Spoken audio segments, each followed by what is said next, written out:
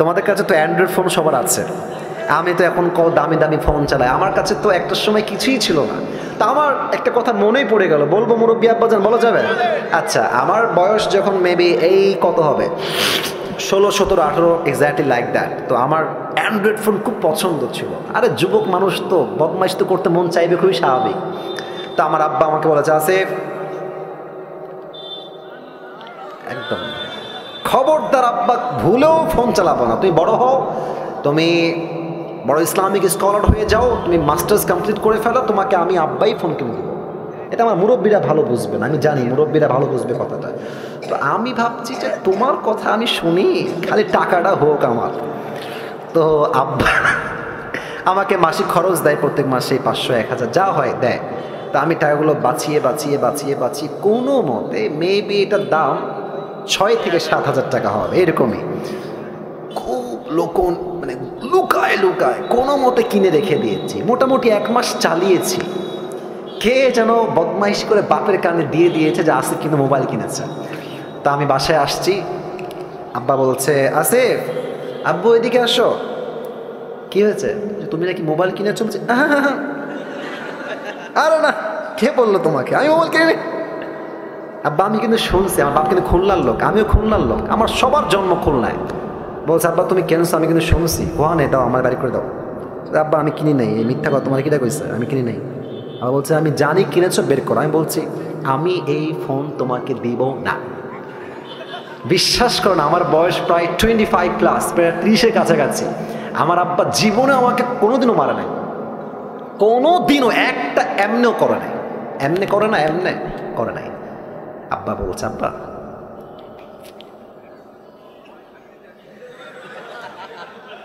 আব্বা বলে দাও। আমি বলি হবে না। আব্বা লাস্ট বার বলছে, আসিফ শোনো, তুমি 1 নাম্বার ছাত্র, তুমি অলওয়েজ ফার্স্ট হও।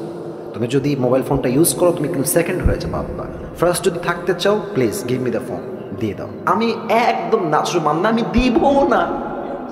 আমি বাড়ি থেকে বের হয়ে বাহিরে চলে আসছি, অজুখানা। আমার বাসা হচ্ছে মসজিদ, এইটা বাসা অ্যাটাচড। আমার আব্বা মসজিদের খতিব, ইমাম, দুইটা একসাথে। তো আমার আব্বা বাড়ি থেকে বাহিরে চলে আসছে।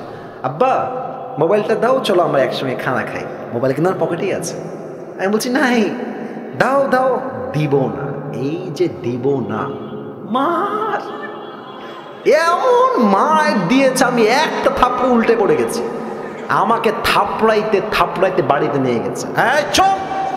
আমি তো টের পাচ্ছি না কিরে হইল কি আমার সাথে এটা, কারণ জীবনে মায়ের খাই নাই, তো এই প্রথম মায়ের খাইতেছে জীবনে। মারতে মারতে বাড়ি পর্যন্ত আমাকে নিয়ে গেছে।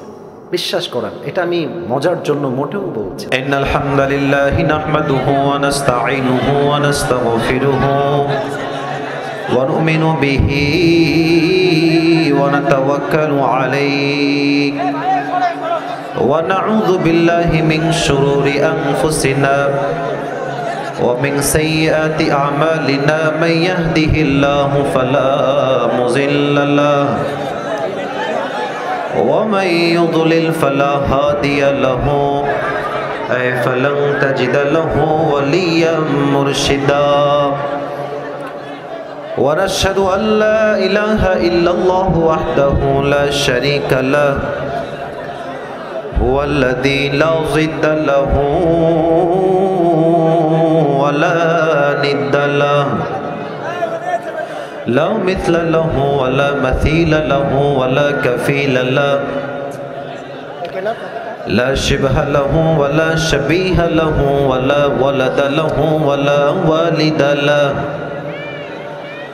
وهو الواحد الفرد الصمد لم يلد ولم يولد ولم يكن له كفوا أحد ونشهد أن سيدنا ونبينا وحبيبنا وحبيب ربنا وطبيبنا وطبيب أرواحنا محمدا عبد الله ورسوله أرسله بالحق بشيرا ونذيرا وداعيا إلى الله بإذنه وسراجا وقمرا منيرا أما بعد فأعوذ بالله من الشيطان الرجيم بسم الله الرحمن الرحيم قد أفلح من زكاها وقد خاب من دساها وقال تعالى في كلامه المجيد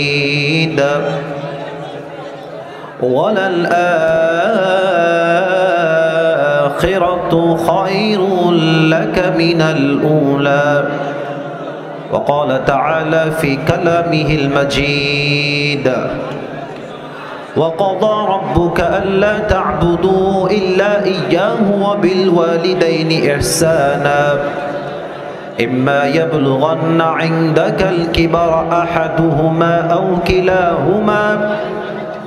أو كلاهما فلا تقل لهما أف ولا تنهرهما وقل لهما قولا كريما وقال تعالى في كلامه المجيد الذين إن مكناهم في الأرض أقاموا الصلاة وآتوا الزكاة وأمروا بالمعروف ونهوا عن المنكر ولله عاقبة الأمور.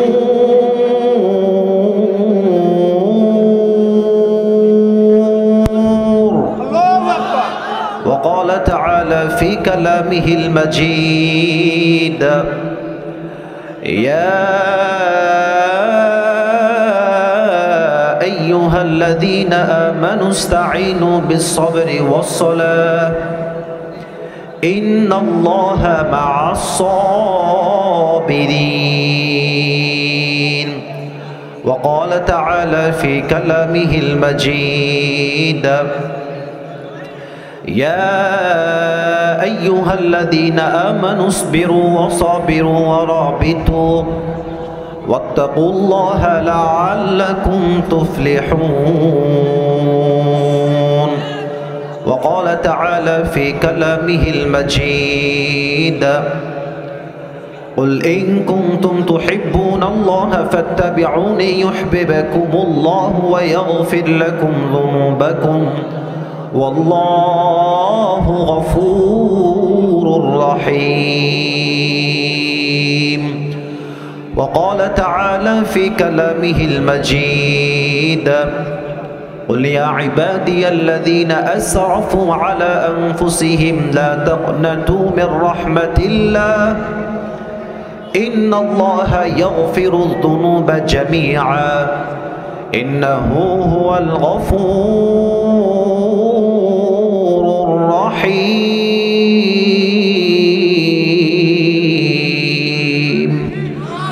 وقال رسول الله صلى الله عليه وسلم بلغوا عني ولو آية. وقال رسول الله صلى الله عليه وسلم أول ما يحاسب به العبد يوم القيامة الصلاة أو كما قال عليه الصلاة والسلام إن الله وملائكته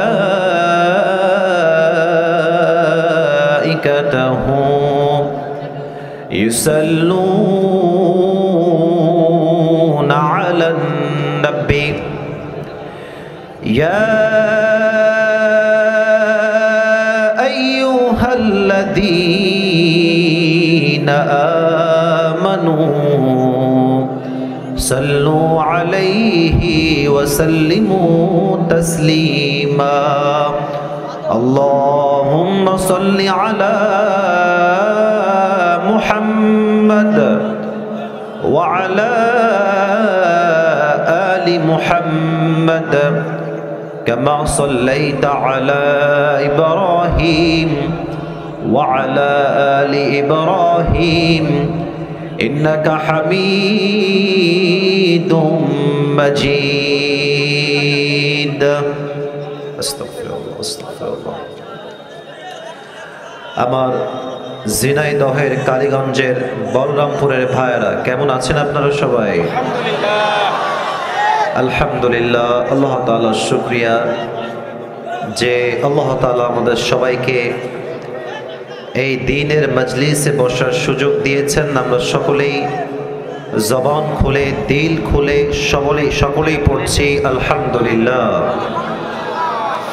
আজকের এই প্রোগ্রাম বলরামপুর কিরাতুল কোরআন হাফিজিয়া মাদ্রাসার উদ্যোগে আয়োজিত। আজকের এই প্রোগ্রাম আমাদের 19শে ডিসেম্বর। আমাদের এই প্রোগ্রামে আমার পূর্বে কথা বলেছেন প্রিয় ভাই মাওলানা মেহেদি হাসান ফারুকি, আরও কথা বলেছেন মোহাম্মদ মিলন হোসেন।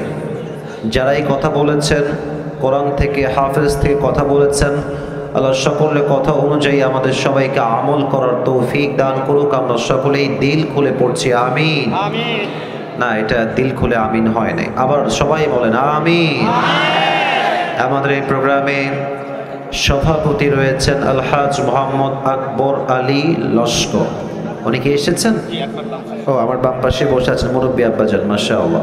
আল্লাহ তাআলা আমাদের সভাপতি সাহেবকে পরিপূর্ণ শেফায়ে আজলা কামিলা দান করুক, পরিপূর্ণ নেক হায়াত দান করুক। আমরা সকলেই মন খুলে পড়ছি আমিন।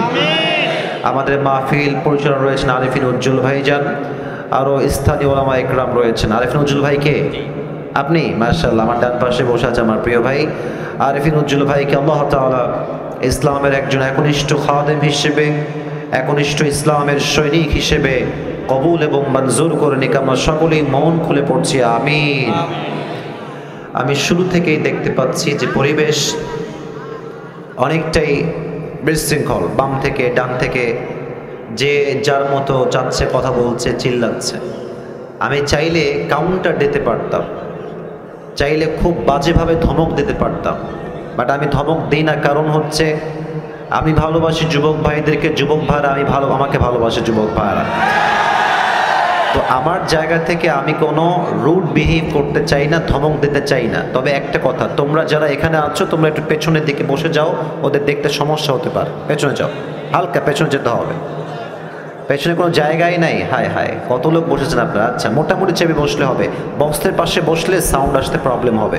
তুমি হয় ফাঁকে যাও, নয় আমার পেছনে আসতে পারো, কারণ এখানে বক্স থেকে সাউন্ড আসতে আমার প্রবলেম ফেস হতে পারে। আচ্ছা, আর এই মোবাইলগুলো দেখতে কোনো সমস্যা হচ্ছে আপনাদের? হ্যাঁ, এটা সাইড করতে হবে, ওটা ওই সাইডে দাও না। যুবকদের দেখতে সমস্যা হলে এটা সহ্য করা যাবে না, সাইডে দিতে হবে। ওইটাও সাইডে দেন, ওইটাও সাইডে দেন। এটা জরুরি না, যুবকদের দেখাটা জরুরি। একটু সাইড না। আমি আপনাদের পক্ষে বলছি তা না। ব্যাপারটা হচ্ছে যে পুরো বছরে একটা দিন মাহফিল, আমি থাকবো মাত্র 1-1.5 ঘন্টা। যদি আপনি আমাকে দেখতেই না পারেন তাহলে সারা জীবন আফসোস থেকে যাবে।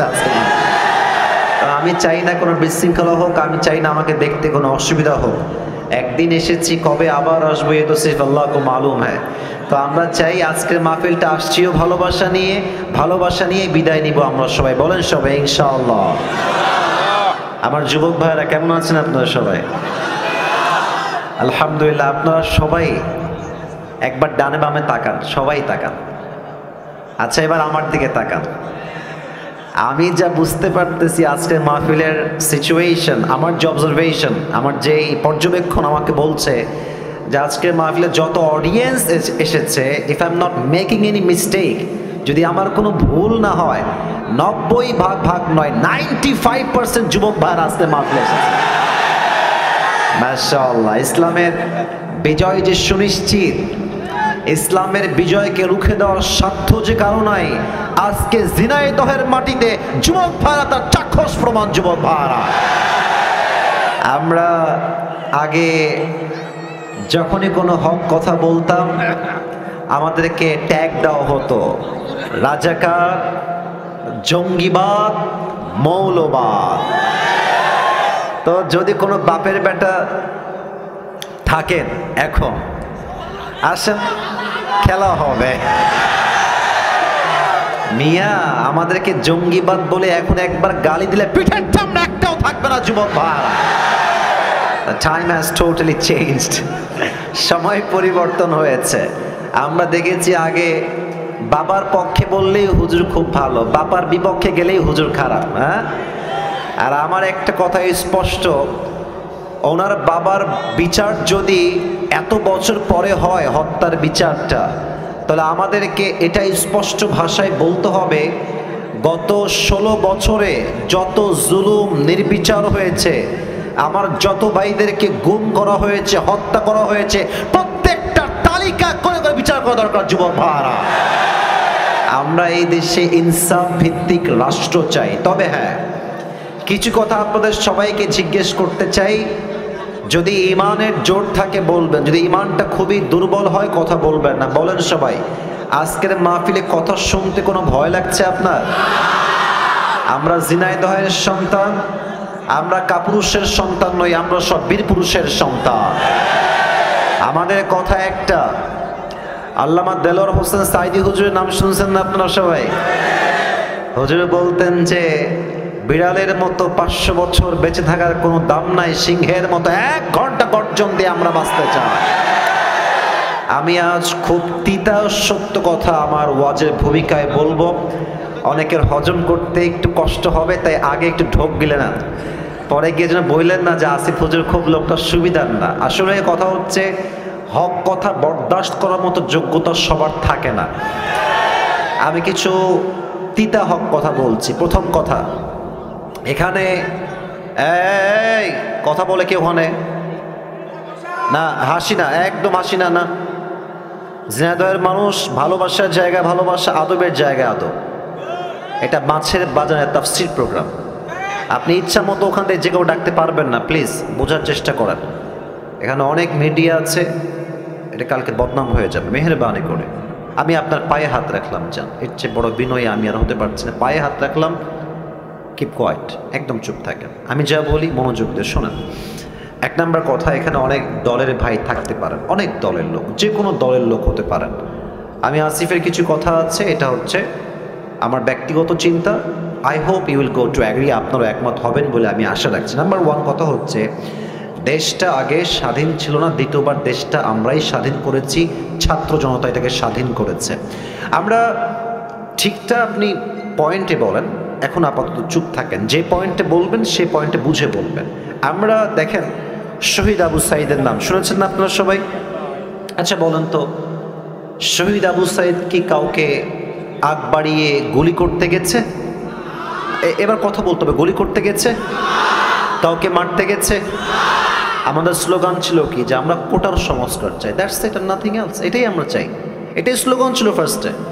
বাট যখন শহীদ আবু সাইদের বুকে গুলি চালানো হলো, মনে হলো যে পুরো দেশের প্রত্যেকটা যুবকদের হৃদয় গুলি চালানো হয়েছে। যুবক ভাইরা, তখন ছাত্র জনতা আর ঠিক থাকতে পারে নাই। তখন স্লোগান হয়েছে একটা, নয় শহীদ হব, নয় শহীদ থেকে আমরা নামাই ছাড়বো। ঠিক কিনা বলেন?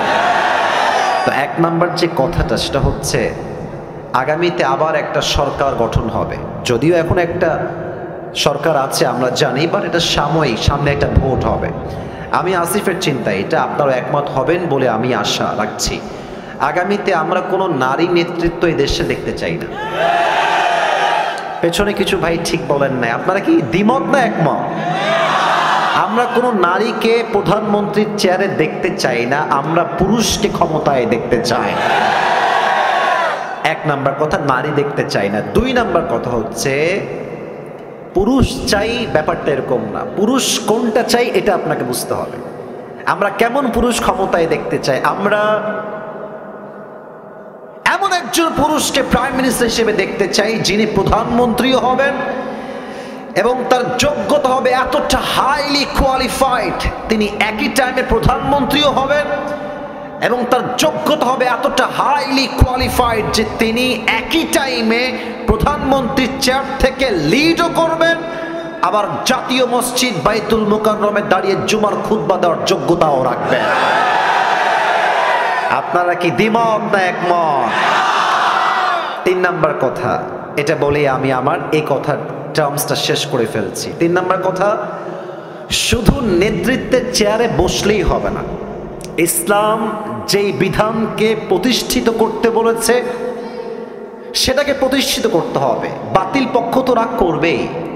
আমাদের পাশের দেশ ভারত আমাদের সবচেয়ে বড় শত্রু দেশ। যুবক ভারত, আচ্ছা এদের যে সাংবাদিকগুলো আছে এসবগুলো হকার মনে হয় আমার কাছে।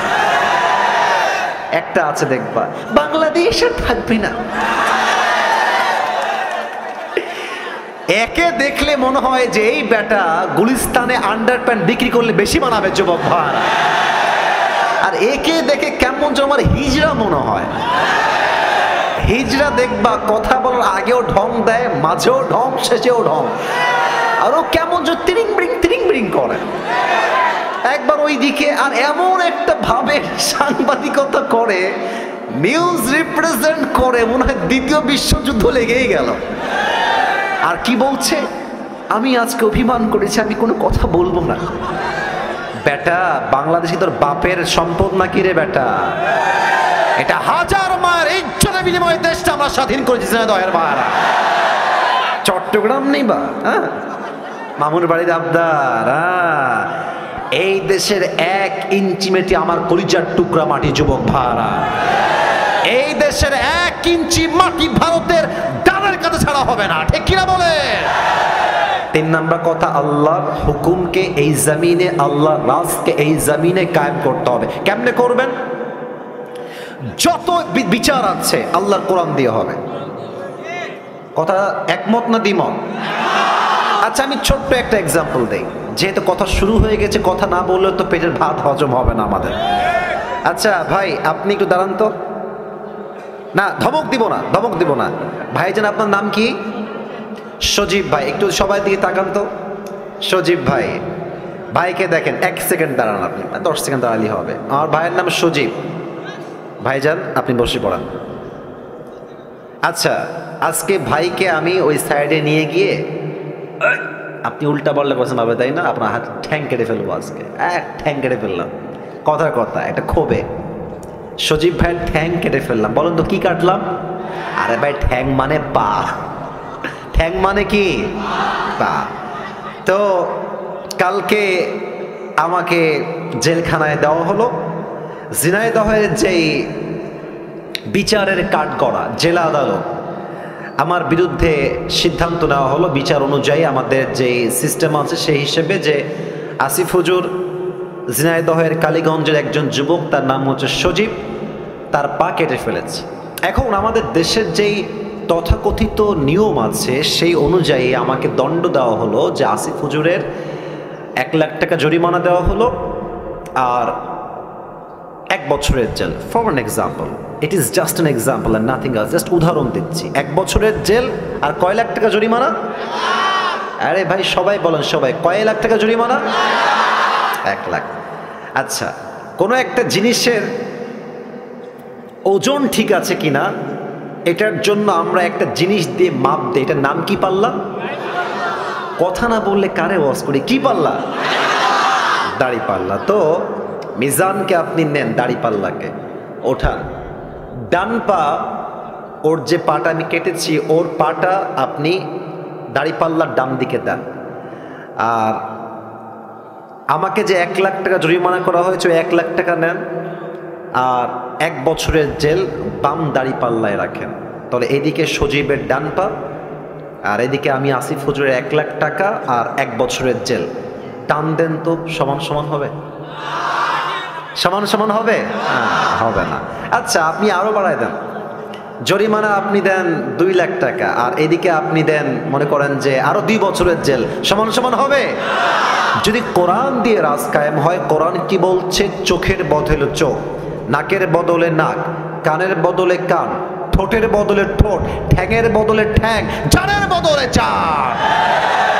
ওর ঠ্যাং যে আমি কেটে ফেলেছি, ওর ঠ্যাংটা ডান পাল্লায় দেন, আর আমার ঠ্যাংটাও কেটে ফেলেন, বাম পাল্লায় দেন, টান দেন, দেখবেন সমান সমান হয়ে গেছে। তাহলে এই দেশে যদি আপনি ইসলামের রাজ কায়েম করেন, কোরআনের রাজ কায়েম করেন, পুরো দেশটাই সোনার দেশ হয়ে যাবে। আমার 2 বছর আগে আল্লাহ তাআলা আমাকে উমরাহ করার একটা সুযোগ দিয়েছেন, আলহামদুলিল্লাহ। আমি নবীজির রওজায় গিয়েছি, মক্কায় গিয়েছি, মদিনা আমি ভিজিট করেছি।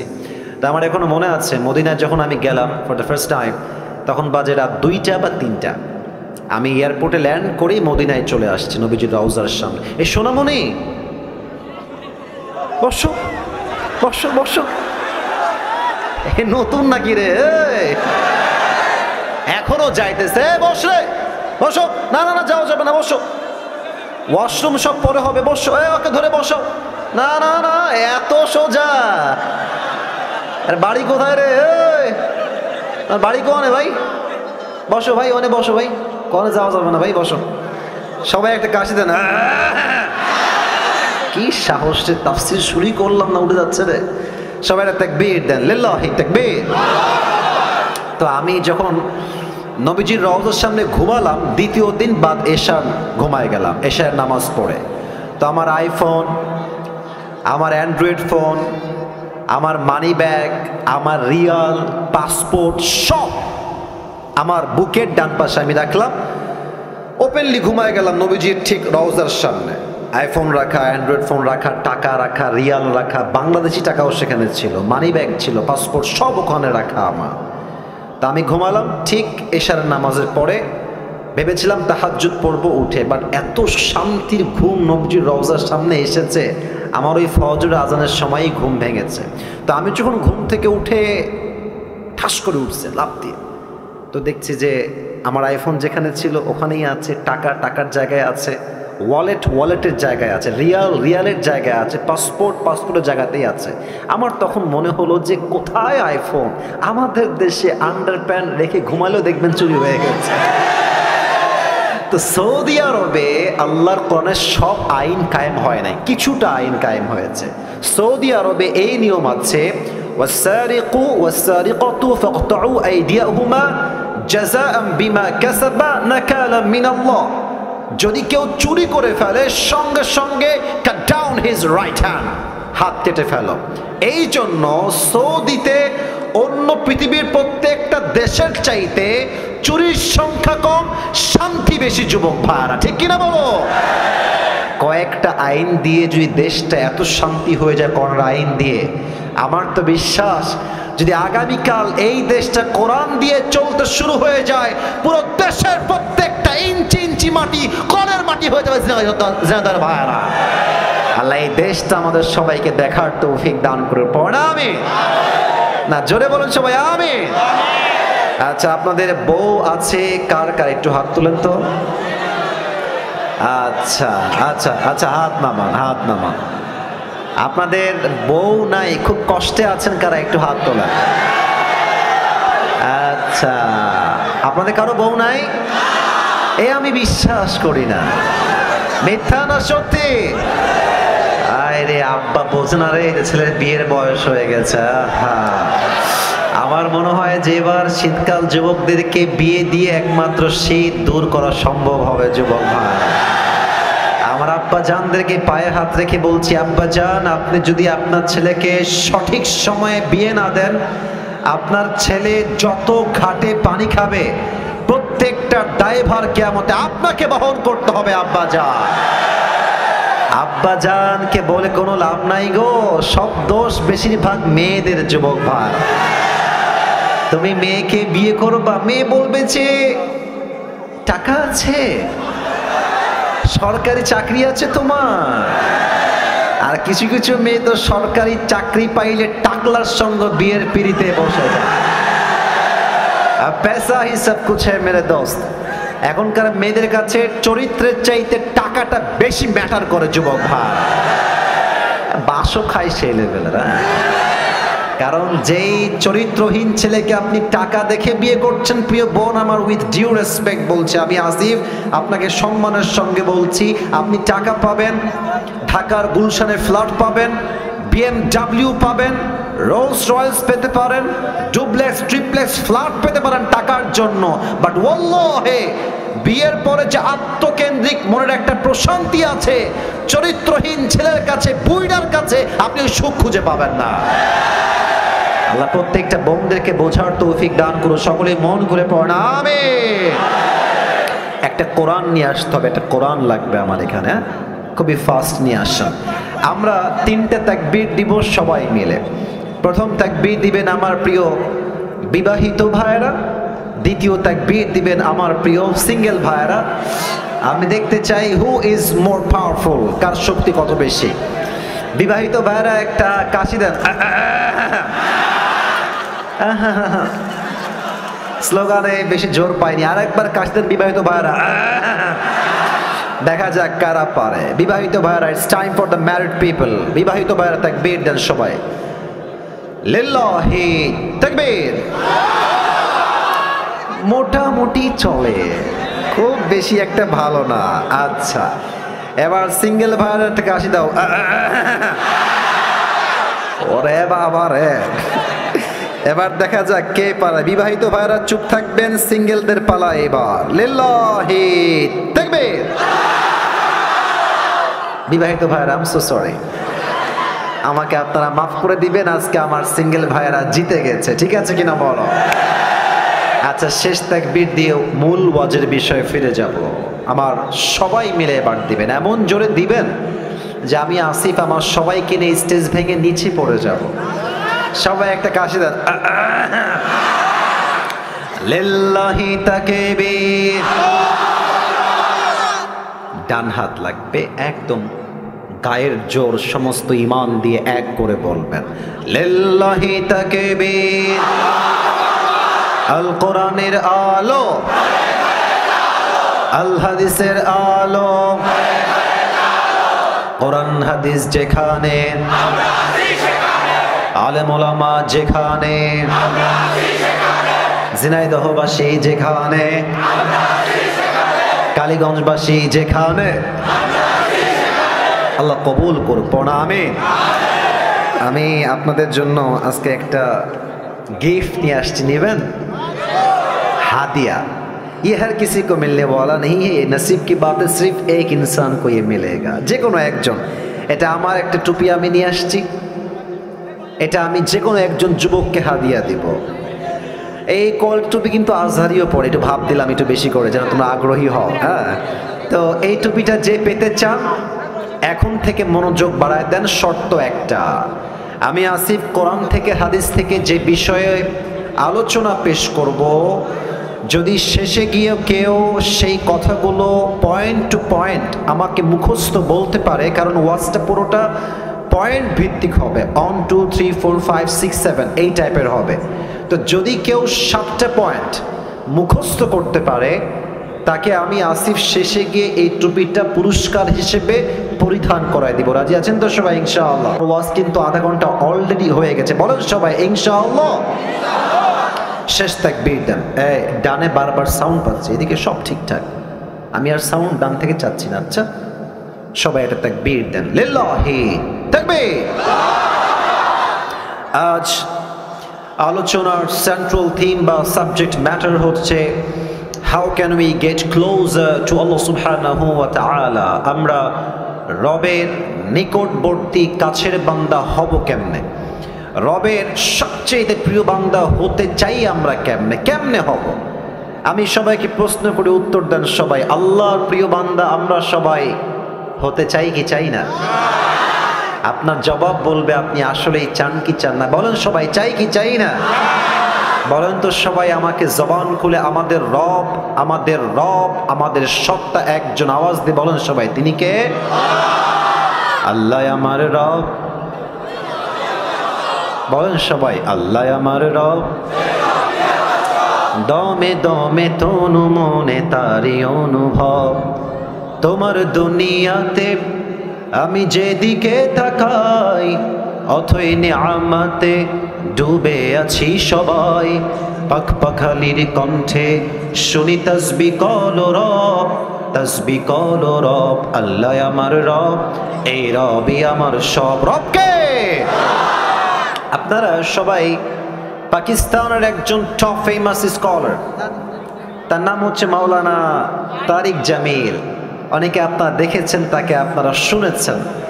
ওনার একটা কথা আমি আসিফের কলিজায় গিয়ে আঘাত লেগেছে, আমি এটাকে লিখে রেখেছিলাম, আজ আমি কোট করার ট্রাই করছি। ফার্স্ট অফ অল এটাকে আমি উর্দু ভাষায় বলবো।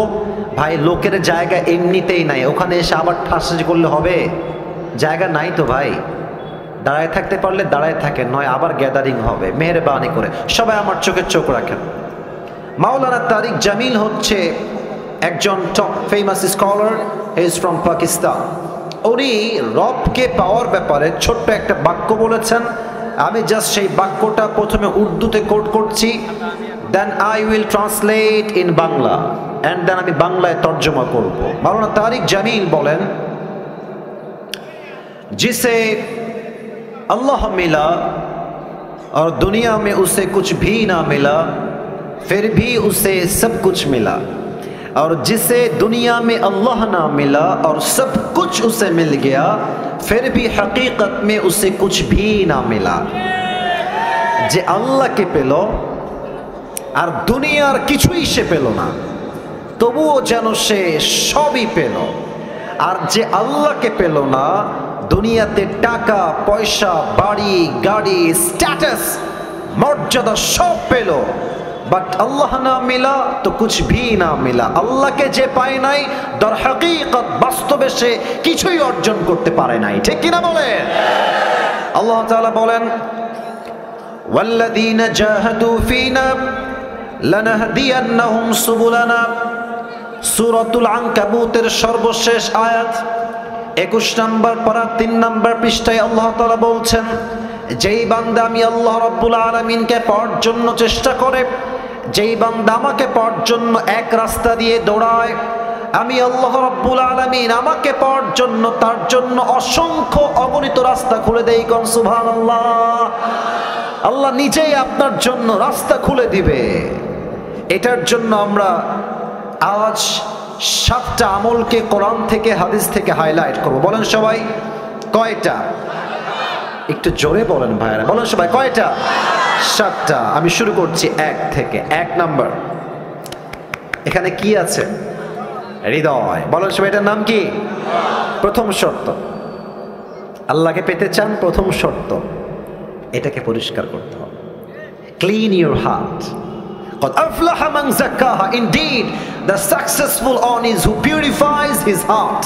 আল্লাহর কাছে সবচেয়ে সফল বান্দা হচ্ছে সেই বান্দা যে বান্দা তার আত্মাকে পরিশুদ্ধ করেছে। সুবহানাল্লাহ পড়বেন না সবাই? একটা প্রশ্ন করছি সবাইকে, হয়তো উত্তর সঠিক পাবো আমার আশা আছে। প্রশ্ন আগে বোঝেন, কনসেপ্ট বোঝেন। একজন মানুষ যিনি কোনো নবী নন, সবার চোখ আমার দিকে, মাশাআল্লাহ, অ্যাপ্রিশিয়েট, সবাই আমার দিকে আবার ভালো করে তাকান।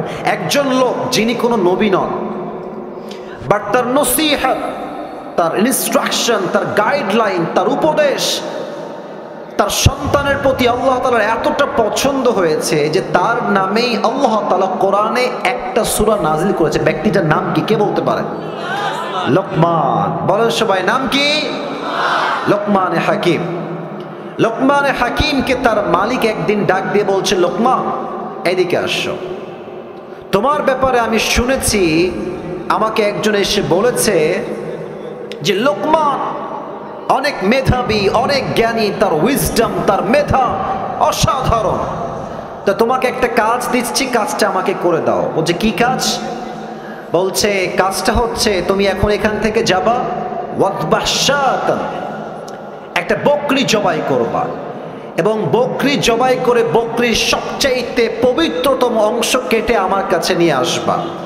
বলছে ঠিক আছে মালিক, যা বলবেন তাই করতে আমি প্রস্তুত আছি। এবার লোকমান মালিকের হুকুম শুনে বের হয়ে গিয়েছে, একটা ছাগল ধরেছে, ছাগল ধরে তাকে জবাই করেছে, এবং ছাগলের সবচেয়ে পবিত্র অংশ কলিজা কেটে নিয়ে আসছে। বলেন সবাই কি কেটে এনেছে? বলছে মালিক এই নেন ছাগলের সবচেয়ে পবিত্রতম অংশ। মালিক বলছে ওয়াও, মাশাআল্লাহ, you have done amazing, it is appreciated, তুমি যা করেছো ঠিক করেছো, বাট আর একটা কাজ দিচ্ছি, আবার যাও, ওয়াদবাশাতান, একটা ছাগল জবাই করো, ওয়াখরিজ মিনহা আখমাতা মুযগাতাইন, এবার ছাগলের পবিত্র অংশ নয় অপবিত্র অংশ কেটে নিয়ে আসো। লোকমান আবার গেছে, জবাই করেছে, আবারও সেই কলিজাই কেটে এনেছে। বলছে মালিক এই নেন ছাগলের সবচেয়ে নাপাক অপবিত্র অংশ। মালিক বলছে ছি ছি, তোমাকে ভেবেছিলাম তুমি অনেক বুদ্ধিমান, তোমার মাথায় ঘিলু আছে, বুদ্ধি আছে, তুমি তো বোকার ঘরের বোকা লোকমান। মালিক কেন আমি বোকা? বলছে তোমাকে বললাম সবচেয়ে পবিত্র অংশ আনো, তাও আনলা কলিজা, বললাম সবচাইতে নাপাক অংশ আনো, তাও আনলো কলিজা। একই অংশ, একই কলিজা, একই টাইমে পবিত্র, আবার একই টাইমে অপবিত্র কেমনে হয় লোকমান? তুমি তো বোকার ঘরের বোকা। লোকমান ডাক দিয়ে বলছে, মালিক আমার, আমি কি বোকা না চালাক, দ্যাটস এ ডিফারেন্ট ম্যাটার, এটা ভিন্ন বিষয়। তবে সত্য কথা হলো প্রত্যেকটা প্রাণীর দেহে একটা ছোট্ট গোস্তের টুকরা আছে। এই গোস্তের টুকরা পবিত্র হলে পুরো দেহটাই পবিত্র হয়, আর এই গোস্তের টুকরা নাপাক হয়ে গেলে পুরো দেহটাই নষ্ট হয়ে যায়। আলা ওয়াহিয়াল কলব, এটার নামই হচ্ছে মানুষের আত্মা, এটার নামই হচ্ছে মানুষের হৃদয়। ঠিক কিনা বলে? তবে একটা নতুন ইনফরমেশন দিচ্ছি সবাইকে।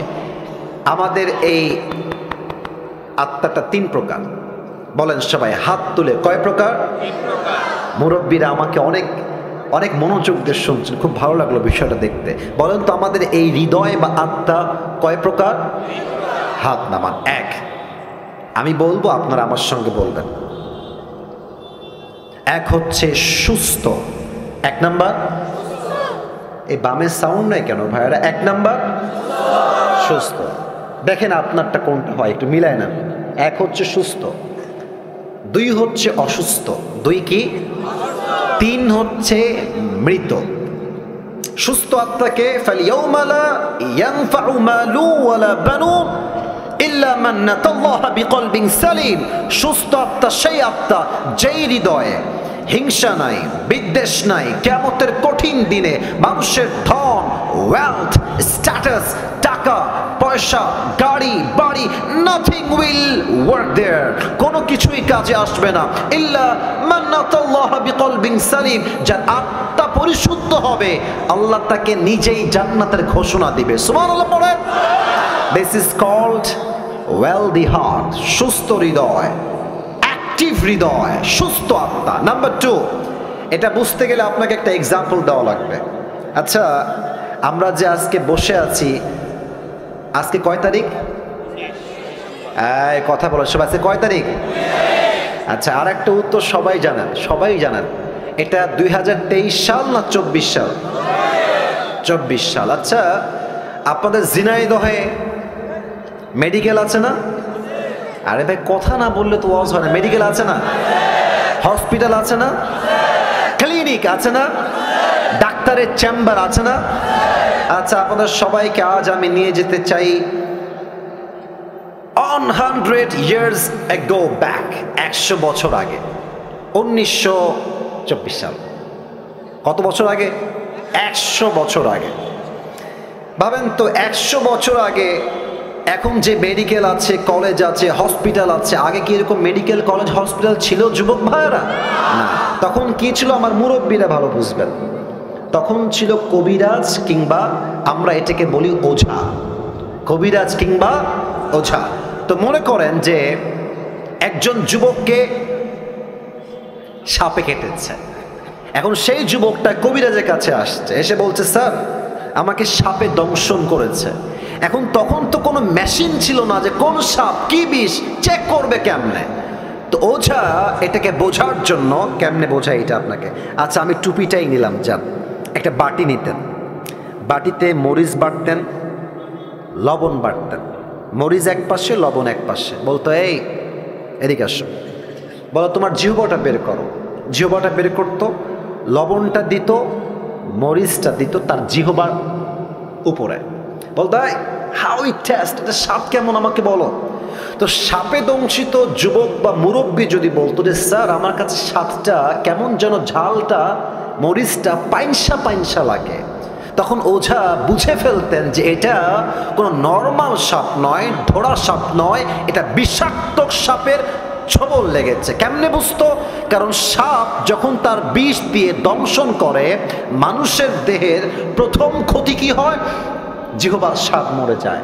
তখন ঝালও পানসা মনে হয়, মিষ্টিও পানসা লাগে, কোনো কিছু স্বাদ তার বুঝে আসে না। এক্স্যাক্টলি মানুষের জীবনের সবচাইতে বিষাক্ত সাপের নাম হচ্ছে শয়তান, আর তার বিষের নাম হচ্ছে ওয়াসওয়াসা। মানুষ যখন শয়তানের ওয়াসওয়াসায় পড়ে যায়, সাপে কাটলে যেমন জিহ্বার স্বাদ মরে যায়, শয়তানের ওয়াসওয়াসায় পড়লে ইমানের স্বাদ মরে যায়। তখন কি হয়? বোরকা পড়তেও ভাল লাগে, পার্কে গিয়ে প্রেম করতেও ভাল লাগে। কি হয়, তখন দাড়ি রাখতেও ভাল লাগে, জুব্বা পড়তেও ভাল লাগে, মসজিদের সভাপতি হতেও ভাল লাগে, সুদের ব্যবসা করতেও ভাল লাগে। অসুস্থ আত্মা, তখন ভালো কোনটা খারাপ কোনটা আর বুঝে আসে না। কথা বোঝেন নাই মনে হয় আপনারা। আমি আবরারুল হক আসিফ, আমার যদি ওয়াজ করতেও ভাল লাগে, আবার যদি আমার সুদ খাইতেও ভাল লাগে, ঘুষ খাইতেও ভাল লাগে, আমাকে বুঝতে হবে আমার আত্মা সুস্থ আত্মা নয়, আমার আত্মা অসুস্থ আত্মা। ঠিক কিনা বলে? আচ্ছা, এটা হচ্ছে অসুস্থ আত্মা। আর থার্ডটা খুবই ডেঞ্জারাস। এটা বলতে গেলে আমার নিজের মধ্যেই কম্পন তৈরি হয়ে যায়, আমি আপনাকে কি বলবো। কারণ এটা আসলে আমি আসিফের কথা হলে আপনি ভয় পেতেন না যে আসিফ হুজুর বলছে, এটা মিথ্যাও হতে পারে, not a big deal, let's take it out, বাদ এটা। কিন্তু আমার কথা না, যে এটা তো আল্লাহর কথা, এটা তো আমার কথা না, এটা আল্লাহর কথা। আল্লাহ বলছে যাদের হৃদয় মরে গেছে, অসুস্থ নয়, মৃত আত্মা, এরা কারা? আল্লাহ বলছেন উলাইকা কাল আনআম। এতটুকুই শেষ নয়, বাল হুম আল্লাহ, আল্লাহ বলছে এরা কুকুরের চাইতে খারাপ। আপনি আমি কুকুরের চাইতে খারাপ, আল্লাহ বলছে। আচ্ছা বলেন এবার, এই পৃথিবীতে সবচেয়ে সৃষ্টির সেরা জীব কারা? আমি শুনি না, বলেন সবাই কারা? আমরা হলাম আশরাফুল মাখলুকাত, বেস্ট অফ দ্য বেস্ট, সেরার সেরা হচ্ছে মানুষ। আবার এই মানুষকেই আল্লাহ তাআলা বললেন তোমরা কুকুরের চাইতে খারাপ। এই ব্যাখ্যাটা আমার তাফসীরটা প্রথমে বুঝে আসে নাই। তো আমি সেই দিন ঢাকায় যাচ্ছিলাম, আমার ঢাকায় একটা কাজ ছিল জরুরি। তো আমি এমনি গাড়িতে শুয়েছিলাম, এমনি হেলান দিয়ে বসে আছি, ইউটিউবে ঢুকলাম যে দেখি ইউটিউবে কি পাওয়া যায়। হঠাৎ করে আমার সামনে একটা ওয়াজ আসলো, লেখা ছিল ময়মনসিংহের মাটিতে সাইদি হুজুরের তাফসীর। ভাবলাম যে কি করব, বসে বসে সাইদি সাহেবের তাফসীরটা শুনি। তো তিনি এই আয়াতের একটা চমৎকার ব্যাখ্যা দিলেন, আমি জাস্ট আয়াতের ব্যাখ্যাটা কোট করছি। উনি বললেন, দেখেন তো এখন বাজে রাত 11:30, মনে করেন আমি 10:30 ওয়াজ শুরু করেছি। তো যখন 12টা বাজবে আপনি বাসায় যাবেন, এই যে আপনাদের গলিগুলো আছে, এই রাস্তায় কিছু কুকুর থাকে না? কথা বলে, কিছু কুকুর থাকে না? একা গেলে বুঝবেন যে বাস কারে কয়। আমি দেখেছি একা থাকলে কুকুরদের ভাবই বেড়ে যায় আলাদা, এমন একটা ভাব মানে খেয়েই ফেলবে আমাকে। ঠিক কিনা বলে? তো দেখেন আমার 2 হাত, দেখেন আমার এটা হচ্ছে লাইট, এই যে রড বাল্ব দেওয়া আছে লাইট, আর আমি আছি এখান থেকে আরো 10 হাত পেছনে। ভাই আমার কথা একটু বুঝে শোনান, আপনাকে ঠিক বেঠিক বলতে হবে না, আপনি আমার কথা বোঝেন। I think that is most important, এটা বুঝলেই হবে। এটা হচ্ছে লাইট, আমার চেহারা এখন দেখা যায়। আমি যদি 10 হাত পেছনে অন্ধকারে চলে যাই, আমার চেহারা কি দেখা যাবে? দেখা যাবে। রাত বাজে 1টা, আমি আসিফের একটা কুত্তা আছে, কুকুর আছে, তার নাম হচ্ছে টমি। তার নাম কি? খুব বুঝবেন। তা আমি 10 হাত দূরে আছি, রাত বাজে 1টা, আমার বাড়ি হচ্ছে গেট এখানে। তো টমি দেখছে যে someone is coming from outside, রাত বাজে 1টা, কেউ মনে হয় দূর থেকে বাসার দিকে আসছে। টমি ভাববে হয়তো চোর আসছে, খেও খেও খেও খেও খেও শুরু করে দিবে। আমি কিন্তু মালিক, সে ভেবেছে চোর, কেন? অন্ধকার। বাট আমি যখন আসিফ আস্তে আস্তে হাঁটতে হাঁটতে হাঁটতে লাইটের নিচে আসবো, আমার চেহারা ক্লিন হয়ে যাবে, দেখা যাবে। দেখবেন খেয়াল করে, কুকুর মালিককে দেখার পরেই সাউন্ডটা ডাউন হয়ে যায়, আর সামনে এসে সে তার মাথাকে ঝুঁকিয়ে মালিকের পায়ের কাছে নত করে সে তার ভাষায় বলে, I am extremely sorry sir, আমি আপনাকে আসলে প্রথমে চিনতে পারি নাই। কথা ঠিক আছে কিনা বলে? এবার বলেন, এই যে কুকুরটা এত নত, এতটা আনুগত্যশীল কেন? আপনি জাস্ট তাকে একটা পাউরুটি দিয়েছেন, অথবা পানি দিয়েছেন, অথবা কখনো সে খুব ক্লান্ত ছিল, একটা আপনি শীতকালে একটা বস্তা দিয়েছেন, এতটুকুই তো। আপনি তো কুকুরকে BMW দেন নাই, আপনি তো কুকুরের বিয়ে দেন নাই, ওকে তো বাড়ির ভেতরে এসে জায়গা দেন নাই, জাস্ট একটা পাউরুটির জন্য। একটা পাউরুটি দিবেন, নদীতে লাফ দিবেন, দেখবেন কুকুর একটা পাউরুটির জন্য এত কৃতজ্ঞ হয়ে যায়, মালিক নদীতে ঝাঁপ দিলে কুকুর নদীতে ঝাঁপ দিতে বাধ্য হয়ে যায়। যুবক ভাড়া, ঠিক কিনা বলো? আল্লাহ বলছেন, ইস রে, একটা কুকুর সামান্য একটা টুকরা পাউরুটি পেয়ে মালিককে কি চিনলো, পিছাই ছাড়লো না। আর তোকে আমি আল্লাহ নাক দিলাম, চোখ দিলাম, কান দিলাম, ঠোঁট দিলাম, অক্সিজেন দিলাম, শ্বাস দিলাম, বউ দিলাম, বাচ্চা দিলাম, সম্মান দিলাম, টাকা দিলাম, বাড়ি দিলাম, গাড়ি দিলাম, সব আমি দিলাম। আর এই মানুষ নিমক হারাম সব চিনলো, টাকা চিনলো, বাড়ি চিনলো, বউ চিনলো, মা চিনলো, বাপ চিনলো, স্ট্যাটাস চিনলো, সম্মান চিনলো, এডুকেশন সব চিনলো, বাট যে মালিক তাকে এত কিছু দিল সে মালিককে সে চিনতে পারলো না। কুকুর একটা পাউরুটি পেয়ে মালিককে চিনতে ভুল করে নাই, আর মানুষ এত কিছু পেয়েও মালিককে চিনতে পারে নাই। আল্লাহ বলছেন এই মানুষ কুকুরের চাইতে নিকৃষ্ট হয়ে গিয়েছে। ঠিক কিনা বল? দেখেছেন আল্লাহর কথার গভীরতা কত বেশি? আল্লাহ এমনি বলে না যে আমরা কুকুর যে খারাপ, আল্লাহ এমনি বলেন না, আল্লাহ বুঝেই বলেছেন। তবে হ্যাঁ, একদিন আপনি ভালো হয়ে যাবেন। একটা কথা মনে পড়ে গেল যে আউট অফ কোরআন হাদিস বলা যাবে? কথা কি বলা যাবে না? এটা কিন্তু কোনো আয়াতের ব্যাখ্যা না, আমি জাস্ট বোঝাবার স্বার্থে বলছি। এই দেখেন যুবক যেগুলো বসে আছে না, অনেকগুলো যুবক এখানে আছে, দেখেন বলবেন এই চল নামাজে চল, দেখবেন একটা কমন ডায়লগ যুবকরা দেয়, প্যান্ট খারাপ। আসলে প্যান্ট না, ওর চরিত্রই খারাপ। তো এরা নামাজি কবে হবে? দেখবেন যখন মুরব্বী হয়ে যাবে। অনেক মুরব্বী দেখবেন যুবক বেলায় বদমাইশের বদমাইশ, বাট বড় হয়ে গেলে, মুরব্বী হয়ে গেলে হজ করে এসে আল্লাহওয়ালা হয়ে যায়। এরকম লোক আছে না এই বাংলাদেশে? তো তোমরা যে ঠিক হবে একটা বোঝাবার সাথে এক্সাম্পল দিচ্ছি। ওই এক ব্যাঙে আর এক সাপে ছিল খুব গলায় গলায় বন্ধুত্ব। তো একদিন ব্যাঙ সাপকে বলছে যে বন্ধু, তোমার যে চেহারা জাস্ট ওয়াও, এত সুন্দর চেহারা, আর তোমার যে গায়ের রং ব্ল্যাক কালার জাস্ট ওয়াও, আর তুমি যখন এমনি ফনা তুলো, ফস ফস ফস ফস করো, just looking like a wow, অসাধারণ বন্ধু। তো সাপ বলছে কিরে, আমি কি সত্যি এত সুন্দর না? কিরে, লজ্জায় মাথা নত হয়ে গেছে, খুব লজ্জা পাচ্ছে, খুব খুশি হয়েছে সাপটা ব্যাঙের মুখে এত প্রশংসা। তো ব্যাঙ প্রশংসা করতে করতে বলছে যে বন্ধু সবই ঠিকঠাক আছে, তবে তোমার একটা বিষয় আমার মোটেও ভালো লাগে না। সাপ বলছে কিরে, কোন বিষয়?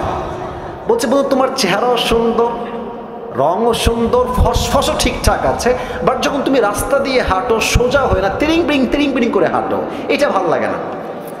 তো সাপ বলছে বেয়াদব, এত বড় সাহস, তুই আমার ভুল ধরিস? এমনি ফস করে উঠছে।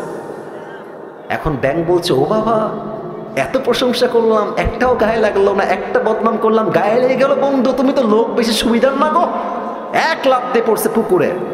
আর সাপ যে ফস করে উঠেছে, পাশে ছিল এক রাখাল। রাখাল কয় কিডারে, ওখানে কিডারে, দৌড় দিয়ে আসছে, দেখছে মাশাআল্লাহ সাপ মামা এমনি আছে। আর রাখালের হাতে ছিল বিশাল লম্বা একটা লাঠি, বিসমিল্লাহ বলে ওখানেই শুরু মার।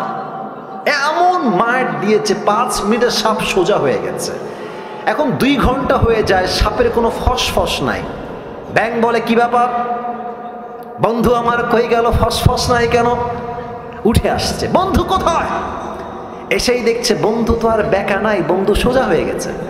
আরে আমার বন্ধু সোজা হইল কেমনে? দৌড় দিয়ে কাছে গেছে, দেখছে বন্ধু আর জিন্দা নাই, বন্ধু মরে ফেনা মেনা বিষ সব বের হয়ে গেছে। এবার ব্যাঙ বলছে বন্ধু আপনি সেই সোজা হইলেন, তবে ফেনা থাকতে আর সোজা হইতে পারলেন না, ফেনা বের হয়ে সোজা হইলেন না। তো যুবকরা একদিন নামাজি হবে, একদিন দিন কায়েমের আন্দোলন করবে যুবক ভাইরা, তবে সময় থাকতে নয়, অসময় যখন তোমার বুঝ আসবে ওই সময় বুঝতে কোনো কাজ হবে না। ঠিক কিনা বলো? This is the right time. ভালো হতে চাইলে এখনই ভালো হয়ে যাও। যুবক বয়সে যে ভালো, সে আল্লাহর সবচাইতে কাছের প্রিয় বান্দা হয়ে যায়। সুবহানাল্লাহ। তাহলে 1 নাম্বার, সবাই ডান হাতটা এখানে দেন, সবাই দাঁড়ায় থাকা ভাইরাও দেন। 1 নাম্বার আমলটাকে মুখস্থ করেন। 1 নাম্বার আমল, আমি জাস্ট জিজ্ঞেস করবো, আপনার 1 শব্দ উত্তর দিবেন। 1 নাম্বার আমল, কিসের শুদ্ধি লাগবে? আত্মা। বলেন সবাই, কিসের শুদ্ধি লাগবে? 1 নাম্বার কি কথা বোঝা গেছে নাকি যায় নাই? এবার হাত নামান। আরো যে 6টা আছে, রাত যে প্রায় 11:30 বেজেই গেল, ওয়াজ কি আর করা যাবে না? আপনারা কি 12টার পরে ওয়াজ শুনবেন না ইনশাআল্লাহ আজকে? আরে কিসের 12টা? আমার তো 1.5 ঘন্টা, আমার বিশ্বাস না। আমার বিশ্বাস যদি আজকে সারা রাতও মাহফিল হয়, প্রত্যেকটা যুবক মুরব্বী ওয়াজ শেষ করে ফজরের নামাজটা পড়ে তারপরে ঘুমাবে যুবক ভাইরা। ঠিক কিনা বলো? এক নাম্বার আত্মার পরিশুদ্ধি, 2 নাম্বার বড় মারাত্মক, এটা যে বুঝবে সে অনেক কিছু বুঝে যাবে। 2 নাম্বার হচ্ছে আল্লাহ রসুলের ভালোবাসা লাগবে। আল্লাহ রসুলের ভালোবাসা যার মাঝে নাই তাকে দিয়ে কোনো দিনও আল্লাহকে পাওয়া সম্ভব নয়। মনে করেন আমার একটা ছেলে আছে, তার নাম হচ্ছে তৌসিফ, কেউ তাকে একটা লাথি মারলো আমার সামনে, আমি কি তাকে আর ভালোবাসতে পারবো? কথা কোন ভালোবাসতে পারবো? আমাকে ভালোবাসতে হলে আমার বউকে সম্মান করতে হবে, বাপ মাকে সম্মান করতে হবে, ছেলেকেও সম্মান করতে হবে। যে তাদেরকে ভালোবাসতে পারবে সেই তো আমার ভালোবাসা পাওয়ার যোগ্যতা রাখে, ঠিক কিনা বলে? নবীর ভালোবাসার এক্সাম্পল দেখেন তো আমার মুখে এইটা লম্বা লম্বা কি, ওই যে ভাইয়েরা কথা কয়, বলো সবাইয়ের নাম কি?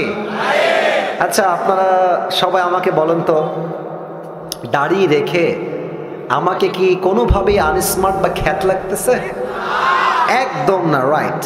কিছু মেয়ে দেখবা যে দাড়ি দেখলে একটু চুলকায়, বলে যে এটা আমার বিয়ে করা যাবে না। দেখবা এদের দাড়িওয়ালা পছন্দ হয় না, গাঞ্জাখোর পছন্দ হয়। যুবক ভাই, তোমার হৃদয়ে নবীর ভালোবাসা আছে, তুমি স্পষ্ট ভাষায় বলবা জিনাদয়ের সন্তান আমরা, এক কথার মানুষ আমরা, 2 কথা জবান দিয়ে বের হবে না, ঠিক কিনা বলে?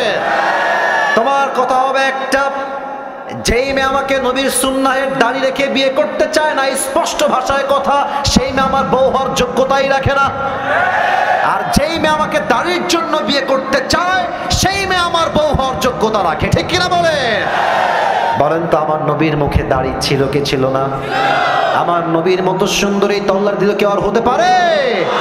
চাঁদের চেয়ে সুন্দর তুমি নবী আমার কামলিহিওয়ালা, দো জাহানের বাদশা তুমি প্যারা নবী সাল্লে আলা, দো জাহানের বাদশা তুমি প্যারা নবী সাল্লে আলা, চাঁদের চেয়ে সুন্দর তুমি নবী আমার কামলিহিওয়ালা। সুবহানাল্লাহ পড়বেন না?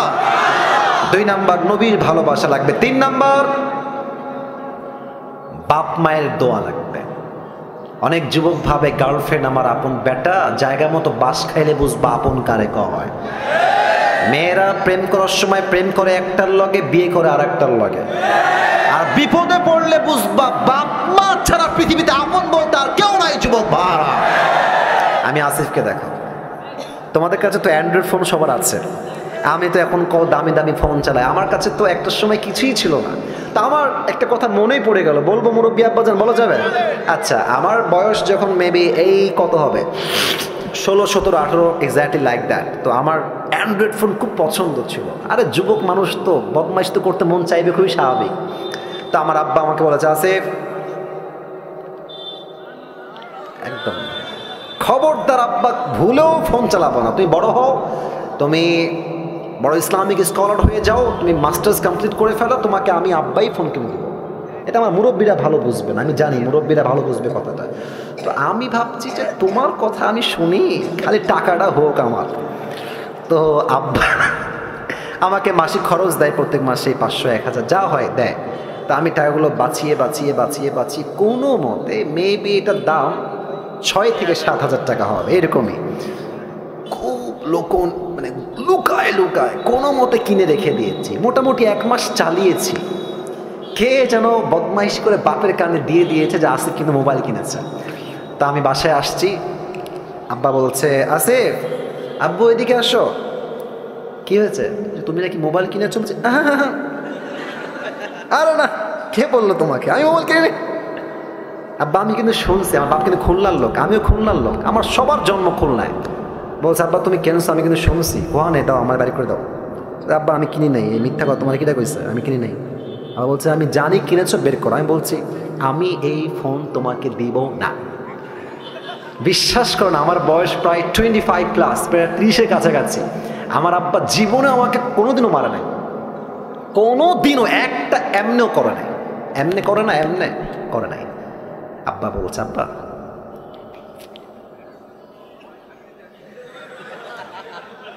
আব্বা বলে দাও, আমি বলি হবে না। আব্বা লাস্ট বার বলছে, আসিফ শোনো, তুমি 1 নাম্বার ছাত্র, তুমি অলওয়েজ ফার্স্ট হও। তুমি যদি মোবাইল ফোনটা ইউজ করো তুমি কিন্তু সেকেন্ড হয়ে যাবো। আব্বা ফার্স্ট যদি থাকতে চাও please give me the phone, দিয়ে দাও। আমি একদম নাচুর মান্না, আমি দিব না। আমি বাড়ি থেকে বের হয়ে বাইরে চলে আসছি অজুখানা। আমার বাসা হচ্ছে মসজিদ, এইটা বাসা অ্যাটাচড। আমার আব্বা মসজিদের খতিব, ইমাম দুইটা একসাথে। তো আমার আব্বা বাড়ি থেকে বাহিরে চলে আসছে। আব্বা মোবাইলটা দাও, চলো আমরা একসঙ্গে খানা খাই। মোবাইল কিন্তু আমার পকেটেই আছে। আমি বলছি নাই, দাও দাও।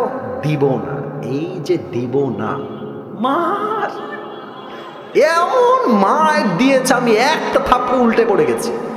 আমাকে থাপড়াইতে থাপড়াইতে বাড়িতে নিয়ে গেছে। হ্যাঁ চল, আমি তো টের পাচ্ছি না কিরে হইল কি আমার সাথে এটা, কারণ জীবনে মায়ের খাই নাই, তো এই প্রথম মায়ের খাইতেছে জীবনে। মারতে মারতে বাড়ি পর্যন্ত আমাকে নিয়ে গেছে। বিশ্বাস করেন, এটা আমি মজার জন্য মোটেও বলছি। তো আমাকে যখন আব্বা মেরেছে, আমি প্রায় 1 মাস কোনো কথা নাই। আব্বাকে দেখলে 14 মাইল দূরে, আব্বাকে দেখলে 10 হাত দূরে, কোনো কথাই নাই। মা বলে কথা বল, তোর বাপ। হ্যাঁ, আমাকে মেরেছে কেন, আমি কথা বলবো না। বিশ্বাস করেন, ওই সময় বাপকে ভেবেছি বাপ আমার শত্রু, কেন মারলো আমাকে, শত্রু মনে হয়েছে। বাট এখন বুঝি আমার বাপ ওই দিন আমাকে না পিটাইলে আমি আজকের আসিফ হুজুর হইতে পারতাম না, ঠিক কিনা? তা বাপ যে তোমাকে মারে, মা যে তোমার ধমক দেয়, তুই কই গেছিলি, বাড়িতে কেন দেরি করে আসলি, রাত বাজে 1টা, তুই দেরি করলি কেন? বাপ মাকে শত্রু ভাইব না, মাথায় রাখবা। বাপ মা ধমক দেয় বিধায় তো আমরা মানুষের মতো মানুষ হতে পারি, ঠিক কিনা বলো? আব্বা আম্মার দোয়া লাগবে। তো আমার অভাব ছিল কি লেভেলের, আমি চাকরি করতাম 3000 টাকার, মাত্র 3000 টাকা। আমি যে বাইকে তেল ভরবো ওই টাকাও আমার কাছে ছিল না। আমার আব্বার দোয়ার বদৌলতে আল্লাহ তাআলা আমাকে এত সামর্থ্য দিয়েছে, এতটা বরকত দিয়েছে, যে বরকত দ্বারা স্পষ্ট প্রমাণ বাপ মার দোয়া যার সঙ্গে আছে তাকে কেউ রুখে দেওয়ার সাধ্য রাখে না, ঠিক কিনা বলে? বাপ মায়ের দোয়া, রিদাউর রব্বি ফি রিদাইল ওয়ালিদাইন ওয়া সাখতুর রব্বি ফি সাখতিল ওয়ালিদাইন। আব্বা আম্মা খুশি, আল্লাহ খুশি। আব্বা আম্মা নারাজ, আল্লাহও নারাজ। সুবহানাল্লাহ পড়বেন না আপনারা সবাই? আব্বা আম্মার দোয়া লাগবে। 4, দ্যাট ইজ মোস্ট ইম্পর্টেন্ট। 4 হচ্ছে নামাজ লাগবে। আপনারা সবাই মিজানুর রহমান আজহারির নাম শুনছেন না? আপনাদের যশোর তো চেনেন সবাই। আমাদের যশোরে কিন্তু আজহারি সাহেব এই জানুয়ারি 3 তারিখে হয়তো বা আসবে, 4 তারিখে। আপনাদের যারা ঝিনাইদহে আছেন আপনারা যাবেন ইনশাআল্লাহ। এবং আমার তো বিশ্বাস পুরো যশোরের মাটিটা একটা জনসমুদ্রে পরিণত হয়ে যাবে যুবক ভাইরা। তবে হ্যাঁ, আপনারা ঝিনাইদহের মানুষ, কুষ্টিয়া, এদিকে আপনার চুয়াডাঙ্গা, এদিকে যশোর, এদিকে খুলনা। আমি যেহেতু খুলনার সন্তান, এটা আমার কেমন যেন ফিল হয়, যেহেতু আমি খুলনার ছেলে আর খুলনার মাঝেই ঝিনাইদহ পড়ে। যদি আমি খুলনার সন্তান হই, আমি তো ঝিনাইদহের সন্তান যুবক ভাইরা। তো আজহারি সাহেব আসবেন। আজহারি সাহেবের নাম নিয়েছি, এটা কোনো শো অফ বা টাইম পাস করার জন্য নয়। একটা কথা প্রশ্ন করতে চাই, আজহারি সাহেব একজন নানা ছিলেন, তার নাম হচ্ছে গোলাম সারওয়ার সাইদি হুজুর। দেখছেন না আপনারা? কেউ কেউ দেখেছেন? দেখবেন যে ওনার চাপ দাড়ি আর চশমা, গোল, এত সুন্দর চেহারা। উনি একটা কথা প্রায় বলতেন, নামাজ নাই যার, ইমান নাই তার। নামাজ নাই যার, মুসলমান হিসেবে পরিচয় দেওয়ার কোন অধিকার তার নাই যুবক ভাইরা, ঠিক কিনা বলো? বলেন তো আমাদের ইসলামের দ্বিতীয় খলিফার নাম কি? ওমরে ফারুক। এবার বলেন সবাই, ইসলামের দ্বিতীয় খলিফার নাম কি? ওমরে ফারুক। ছোট্ট একটা হাদিস বলছি, কেউ ডান বাম হয়ে উঠে যাবেন না, আপনারা স্টিল বসে আছেন। এটাই প্রমাণ ঝিনাইদহের মানুষ আমরা কোরআনকে কলিজার থেকে ভালোবাসি, ঠিক কিনা বলে? ওমরের কাছে একজন যুবক আসছে, তার নাম হচ্ছে আবু লু'লু আল মাজুসি। এসেই বলছে, ওমর তোমার কাছে একটা অভিযোগ আছে, বিশাল লম্বা অভিযোগ আমার। ওমর ডাক দিয়ে বলছে, যুবক ভাই তোমার কি অভিযোগ, তুমি আমাকে বলো, তোমার নাম কি? ডাক দিয়ে বলছে, আমার নাম হলো আবু লু'লু আল মাজুসি, আমি একজন অগ্নি পূজারী, আগুনের পূজা করি। ওমর ডাক দিয়ে বলছে, ভাই অভিযোগটা কি, তুমি আমাকে খুলে বলো। ডাক দিয়ে বলছে, ওমর আমার যে মালিক আছে সে প্রত্যেক দিন আমার কাছে মোট 6 দিরহাম চার্জ করে, বাট আমি আবু লু'লু আল মাজুসি, গরিব ঘরের সন্তান, আমার কাছে 6 দিরহাম দেওয়ার মতো কোনো শক্তি নাই, তুমি কমায় দিয়ে 2 দিরহাম করে দাও। ওমর বলছে, 2 দিরহাম করবো কেন? তুমি কি ব্যবসা করো, তোমার ইনকাম কি, কেমনে তুমি কামাই করো, how do you earn the money? তো সে বলছে, আমি মূলত খঞ্জর বানাই। খঞ্জর মানে বাংলাতে বলে চাকু। বলেন সবাই কি? চাকু। আবার ডান হাত দেখেন, খঞ্জর কাকে বলে? এটাও চাকু, এটাও চাকু। আই রিপিট এগেন, আমি আবারও বলছি হাদিসটা প্র্যাকটিক্যালি বোঝাবার সাথে। এটাও চাকু, এটাও চাকু। মাকবাদাতু ফি ওয়াসাতি, হ্যান্ডেলটা হচ্ছে মাঝখানে, বোঝা যায় ধরার জায়গা এটা মাঝে। এটাও চাকু, এটাও চাকু, দুই পাশেই চাকু। এবার সবাই আমার ডান দিকে তাকান, পেটের ডান দিকে। আরব বিশ্বের প্রত্যেকটা সর্দারের পেটের ডান দিকে লম্বা একটা খাপ থাকতো, সবাই খঞ্জরটা ওই ডান দিকেই রাখতো। বলছে তাই তুমি খঞ্জর মেক করো, huge business, you are rich man, তোমার তো অনেক টাকা, তোমার তো 6 দিরহাম নয় 10 দিরহাম চার্জ হওয়ার কথা। এই কথা শুনে বলছে ও ওমর, আমি চাইলাম বিচার আর তুমি করলা আমার সাথে বেইনসাফি। ও আচ্ছা আচ্ছা, সবাই যেহেতু মুসলমান ঘরের সন্তান তাই তুমি সবার সঙ্গে নরম, আর আমি যেহেতু কাফেরের সন্তান তাই তুমি আমার বেলায় গরম। ওমর তাই না, তোমার বিচার আমি একাই করব, একাই আমি এনাফ। ধমক দিয়ে বের হয়ে গেছে। বিশাল লম্বা রাত, শীতকাল, অমরকে হত্যা করার জন্য বিশাল লম্বা একটা খঞ্জর সে বানিয়েছে, জাস্ট অমরকে হত্যা করতে চায়। তো খঞ্জরটা বানিয়ে পেটের এখানে ডান দিকে রেখেছে। এবার বলেন তো, শীতকালে ঠান্ডা লাগলে আমরা কি যেন মুড়ি দেই, সবাই বলেন তো? চাদরটা আমি আবার পড়লাম কারণ হাদিসটা প্র্যাকটিক্যালি বোঝাতে চাই, একদম বাস্তবিক প্রেক্ষাপট থেকে অভিনয় করে। দেখেন, পেটের ডান দিকে খঞ্জর, এবার সে দুইটা চাদরের পাট এমনে ধরেছে, উপর থেকে নিয়ে চাদরটাকে এমনে দিয়েছে, মেয়েদের নেকাবের মতো, এই পর্যন্ত, ভুরু পর্যন্ত। আচ্ছা, আর এটাকে এমনে দিয়েছে, আর এই ডান দিক থেকে নিয়ে এটাকে পুরো ঢেকে দিয়েছে, জাস্ট চোখ দেখা যায়। And no one can see his face except his eyes, চোখ ছাড়া ফেস কেউ দেখতে পারবে না, পুরোটা ঢেকে আজান দিয়ে দিয়েছে। অমর আসছে, সেও গেছে মুনাফিকের রূপে ছদ্মবেশে। অমরে ফারুক এসেই বলছে সফু সুফু ফাকুম, কাতার সোজা করো, কাঁধে কাঁধ মিলিয়ে দাঁড়াও।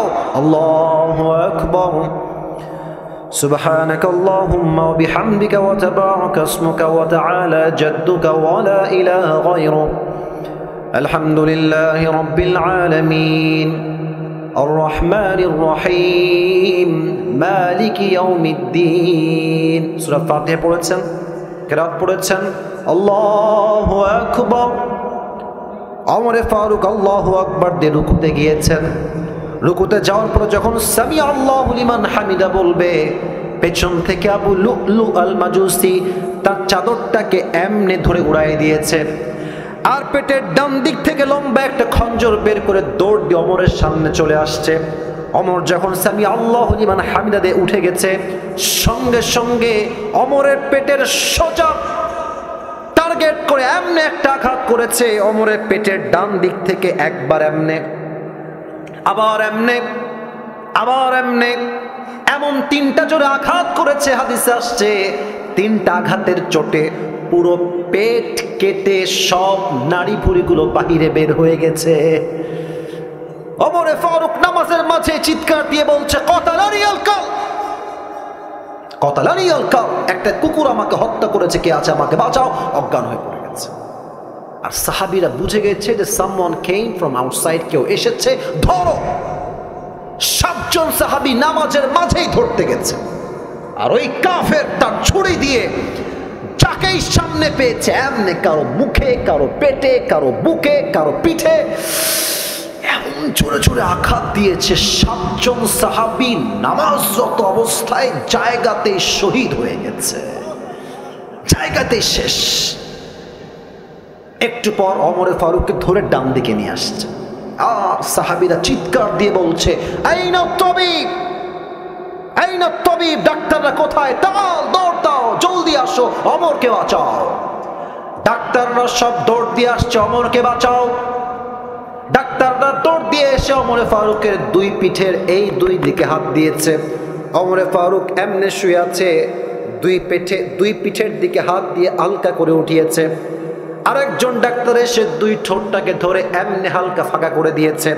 একটা পানির পাত্র নিয়ে আসছে, সোজা পানির পাত্র ওমরের মুখে দিয়ে কয়েক ঢোক পানি তার ভেতরে দিয়েছে। আমার গলার দিকে তাকান, পানি যখন ভিতরে ঢোক গিলেছে, গলা দিয়ে পানি নেমে বুক পর্যন্ত আসছে, বুক থেকে পানি নেমে পুরো পেট এমনভাবে কেটে গেছে, একদম নাড়ি ভুড়িগুলো বের হয়ে পুরো গোস্ত হা হয়ে আছে। গলা দিয়ে পানিগুলো নেমেছে, বুক দিয়ে নেমেছে।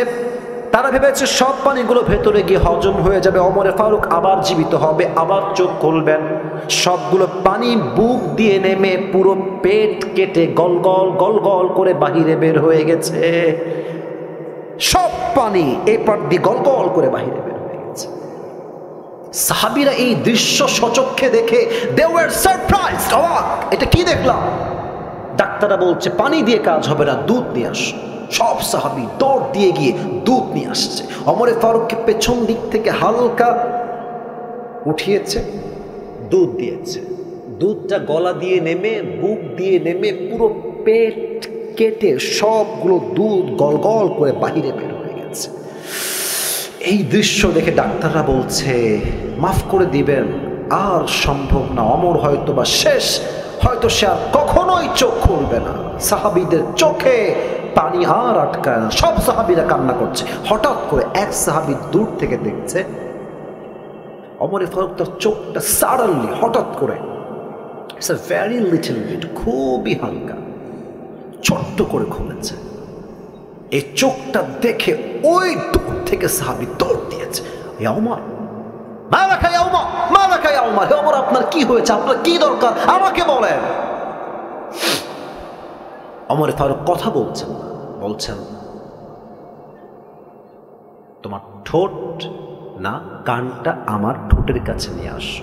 ওই সাহাবী দৌড় দিয়ে কানটা ওমরের ঠোঁটের কাছে দিয়েছে। আর সে ভাবছে হয়তো আমাকে শেষ কথা বলবে, এই সাহাবী খবরদার আমার রাজ্য দেখে রেখো, বউ দেখে রেখো, সন্তান দেখে রেখো। হি ওয়াজ থিঙ্কিং লাইক দ্যাট। তার চিন্তাই ছিল এইটা যে ওমর আমাকে শেষ কথা এটাই ওসিয়ত করবে। যখনই কান বাড়িয়েছে ওমরের মুখের কাছে, ওমরে ফারুক প্রথম কথা, কোনো খবর আমার দরকার নাই, আমাকে জাস্ট একটা খবর দাও। আসাল্লান নাস, আসাল্লান নাস, এই সাহাবী আমার কোন রাজ্যের খবর লাগবে না, বউ বাদ, বাচ্চা বাদ, মা বাদ, সন্তান বাদ, সবাই মাইনাস, আমাকে জাস্ট একটা খবর দাও। আমি ওমর যেই নামাজের ইমাম ছিলাম, আমার অজ্ঞান হওয়ার পরে সেই নামাজটা সাহাবীরা জামাতের সঙ্গে আদায় করেছে কিনা। এত আস্তে সুবহানাল্লাহ পড়লেন, বলেন সবাই জোরে সোরে সুবহান। আপনি নামাজ বুঝতেছেন, নামাজ কাকে বলে? আবারও বোঝাই, পেট কেটে গেছে, নাড়ি ভুড়ি পড়ে আছে, এভাবে পড়ে আছে বাইরে, দেখতে পাচ্ছেন নাড়িও আছে, ভুড়িও আছে, পেট পুরোটা কাটা। একটা মানুষের কত নির্মম অবস্থা আপনি ভাবেন। সবাই বুঝেও গেছে যে এই মানুষটার পক্ষে আর বাঁচা সম্ভব না। আবার কোন সাহাবী? যেই সাহাবী ব্যাপারে আল্লাহর হাবিব বলেছেন 10 জন সাহাবী কনফার্ম জান্নাতি, তার মাঝে টপ লিস্টে যার নাম আছে তার নাম হচ্ছে ওমরে ফারুক রাদিয়াল্লাহু তাআলা আনহু। সুবহানাল্লাহ পড়বেন না আপনারা? এই মানুষটা কনফার্ম জান্নাতের টিকিট পাওয়ার পর নামাজ ছাড়ে নাই। আপনি নামাজ কেমনে ছাড়েন? আপনি নামাজ কেমনে ভুলে যান? আপনি কি জানেন যে নামাজি বান্দার মরণ আর বেনামাজি বান্দার মরণ কতটা ভয়ঙ্কর হতে পারে? নামাজি বান্দার মরণ হবে জান্নাতি মরণ, আর বেনামাজির মরণ হবে বড় ভয়ঙ্কর। আমার দিকে তাকান সবাই, বেনামাজি বান্দা শুয়ে আছে ঘরে, এমনি টিভি দেখছে, ব্লু ফিল্ম দেখছে, শুয়ে আছে। হঠাৎ করে সে দেখবে একজন মানুষ আমার সামনে দাঁড়িয়ে আছে, পা আছে জমিনে, মাথা আছে আকাশ বরাবর, বিশাল লম্বা, আর তার দেহের পোশাক হচ্ছে কালো কুৎসিত পোশাক। বেনামাজির সামনে মালাকুল মউত এমন কুৎসিত চেহারা দাঁড়ায় যাবে, বেনামাজি যুবক, বেনামাজি মুরব্বী মালাকুল মউতকে দেখার সাথে সাথে তার দেহে একটা কম্পন তৈরি হয়ে যাবে, থর থর থর থর থর থর করে কাঁপবে। মালাকুল মউত ডাক দিয়ে বলবে, ইয়া আইয়াতুহান নাফসুল খাবিসা উখরুজি ইলা গাদাবিল্লাহ, এই বেনামাজি বান্দা বের হয়ে আয়, বের হ। রুহুটা এখান থেকে বের হয়ে একবার ডান দিকে দৌড় দিবে, একবার বাম দিকে দৌড় দিবে, আর একবার পেছনের দিকে দৌড় দিবে। নামাজি বান্দার দিকে তো মালাকুল মউত ভালোভাবে তাকাবে, বাট বেনামাজির রুহের দিকে মালাকুল মউত বাম হাত দেখেন সবাই আমার, এমনি এক থাবা দিবে, এক থাবা ধাপ্পা দিয়ে তার রুহটাকে বুক থেকে এমন টেনে হিচড়ে বের করবে। হাদিসে আসছে একটা জীবিত ছাগলকে যাবেহ না করে তার চামড়া কেউ যদি চাকু দিয়ে এমনি ছিঁড়ে ফেলে, ওই ছাগলটার যে পরিমাণ কষ্ট হয় তার চাইতে কমসে কম 70 গুণ বেশি কষ্ট দিয়ে বেনামাজির রুহকে কবজ করা হবে। সকলেই দিল খুলে বলেন নাউজুবিল্লাহ। আল্লাহ, আল্লাহু আকবার, আল্লাহু আকবার। আল্লাহ, আমি দিল থেকে সবার জন্য দোয়া করি, আমার সঙ্গে আমিন বলবেন সবাই। আল্লাহ, আমাদের সবাইকে তুমি বেনামাজির আযাব থেকে বাঁচাই দিও। সকলেই দিল খুলে পড় আমিন। প্রিয় ভাইরা, রাত তো প্রায় 12টা বেজেই গেল। ওয়াজ কি আর একটু 5 মিনিট হবে না ইনশাআল্লাহ? আচ্ছা, আমি একটা জাস্ট ব্রেক চাই। একজন যুবককে চাই যার বউ নাই, দাঁড়িয়ে একবার বলবা লিল্লাহি তাকবীর। কে আছো বাঘের বাচ্চা? দাঁড়াও তো দেখি একবার। হ্যাঁ দাঁড়াও।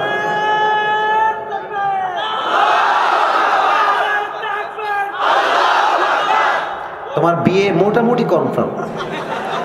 আচ্ছা, আরেকজন চাই একবার দিবে বাঘের মতো। কে আছে আরেকজন? হ্যাঁ,